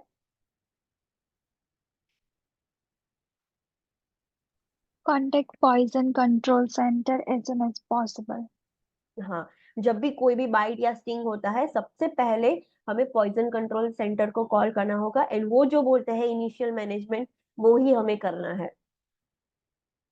फ्रॉस्ट बाइट देखा, फ्रॉस्ट बाइट मतलब जब टिश्यू डैमेज हो जाता है due to excessive cold exposure की वजह से, तब हम उसको फ्रॉस्ट बाइट बोलते हैं। कॉमन एरिया कौन से अफेक्ट होते हैं वो हमने देखा, उसकी डिग्रीज देखी, first degree, second degree, third degree and fourth degree. First degree में रेडनेस एंड एडिमा होगा, सेकेंड डिग्री में क्लियर फ्लूइड फिल्ड ब्लिस्टर्स होगा, थर्ड डिग्री में हेमरेजिक ब्लिस्टर्स होंगे, फोर्थ डिग्री में कंप्लीटली नेक्रोस होके गैंग्रीन हो जाएगा। उसकी इंटरवेंशन हमने देखी। देन एक्टिनिक कीरेटोसिस देखा, वो एक क्या है, ड्यू टू एक्सपोजर ऑफ सन वो जो स्किन है वो एकदम रफ ड्राई स्केली हो जाती है, ब्राउन कलर का लीजन हो जाता है, कहाँ कहाँ पर होता है वो हमने देखा। एंड ये लीजन्स धीरे धीरे मैलिग्नेंट कैंसर में भी कन्वर्ट हो सकते हैं। स्क्वेमस सेल कार्सिनोमा ये लीजन की वजह से हो सकता है। उसकी हमने ट्रीटमेंट देखी कि उसको कैसे निकाला जाता है ये लीजन को। फिर हमने स्किन कैंसर देखा, स्किन कैंसर मतलब स्किन के जो सेल्स है वो मैलिग्नेंट लीजन्स हो गया है, वो मेटास्टेटाइज हो भी सकते हैं, नहीं भी हो सकते। क्यों होता है उसके रिस्क फैक्टर्स देखिए, डायग्नोसिस स्किन बायोप्सी की जाती है। उसके टाइप्स देखिए, basal cell, squamous cell and melanoma. Basal cell इतनी जल्दी मेटास्टेटाइज नहीं होगा, स्क्वेमस सेल मेटास्टेटाइज हो सकता है to the nearby lymph node and melanoma highly metastasise हो सकता है, वो हाईली मैलिग्नेंट है। हमने असेसमेंट फाइंडिंग देखा कि बेसल सेल कैसा दिखेगा, स्क्वेमस सेल कैसा दिखेगा, मिलेनोमा कैसा दिखता है वो हमने देखा। What is the red important point?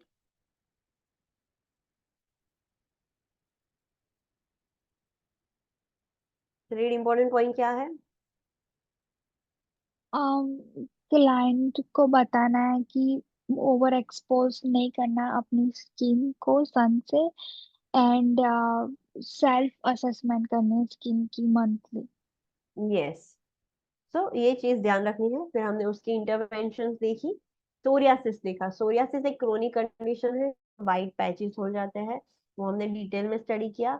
उसका असेसमेंट फाइंडिंग देखा कि सोरियासिस के लीजन्स कैसे दिखते हैं एंड उसकी इंटरवेंशन क्या करेंगे, पेशेंट को क्या समझाएंगे, वो हमने देखा। फिर हमने देखा है एक्ने वल्गैरिस। एक्ने वल्गैरिस क्या होता है, वो भी एक क्रोनिक कंडीशन है जो प्यूबर्टी में स्टार्ट होती है। एंड उसका असेसमेंट फाइंडिंग देखा कि एक्ने में कैसे कैसे लीजन्स दिखते हैं एंड उसकी इंटरवेंशन क्या की जाती है, वो हमने स्टडी किया। फिर हमने देखा स्टीवन जॉनसन सिंड्रोम। ये एक मेडिकेशन की वजह से जब भी बॉडी इम्यूनोलॉजिकल रिस्पॉन्स करती है तो स्किन में रिएक्शन देखने को मिलेगा। कौन सी मेडिसिन की वजह से होता है, कॉमनली एंटीबायोटिक्स, उसमें भी स्पेसिफिकली सल्फोनामाइड वाला एंटीबायोटिक्स है जिसके आगे सल्फ वर्ड होता है। एंटी सीजर मेडिकेशन एंड एनसेड की वजह से होता है। ये जिसकी इम्यूनिटी इम्पेयर्ड है उनमें देखने को मिलता है। फिर एक ऐसा दूसरा सिंड्रोम है that is ten, toxic epidermal नेक्रोलाइसिस। उसमें भी सेम मेडिसिन की वजह से बड़े बड़े ब्लिस्टर्स हो जाएंगे एंड एरिज्मा हो जाएगा। स्टीवन जॉनसन सिंड्रोम के साइन एंड सिम्टम्स हमने देखे कि इनिशियली फ्लू लाइक सिम्टम्स होंगे, एरिज्मा होगा, फिर वेसिकल्स, इरोजन, क्रस्ट फॉर्मेशन हो सकता है। सिस्टमिक में बहुत सारी सिस्टम इन्वॉल्व हो सकती है, पेशेंट की डेथ भी हो सकती है। मेडिसिन ट्रीटमेंट में क्या करना है, इमीडिएटली जिसकी वजह से हुआ है वो बंद करना है मेडिसिन एंड दूसरी मेडिसिन स्टार्ट करनी है, antibiotics, corticosteroids and supportive therapy. Any doubt in today's lecture? No ma'am. No, Okay, ma'am. then see you tomorrow at 9 then. Thank you. Thank you, ma'am. Thank you, ma'am. Yeah. Thank you. Thank you.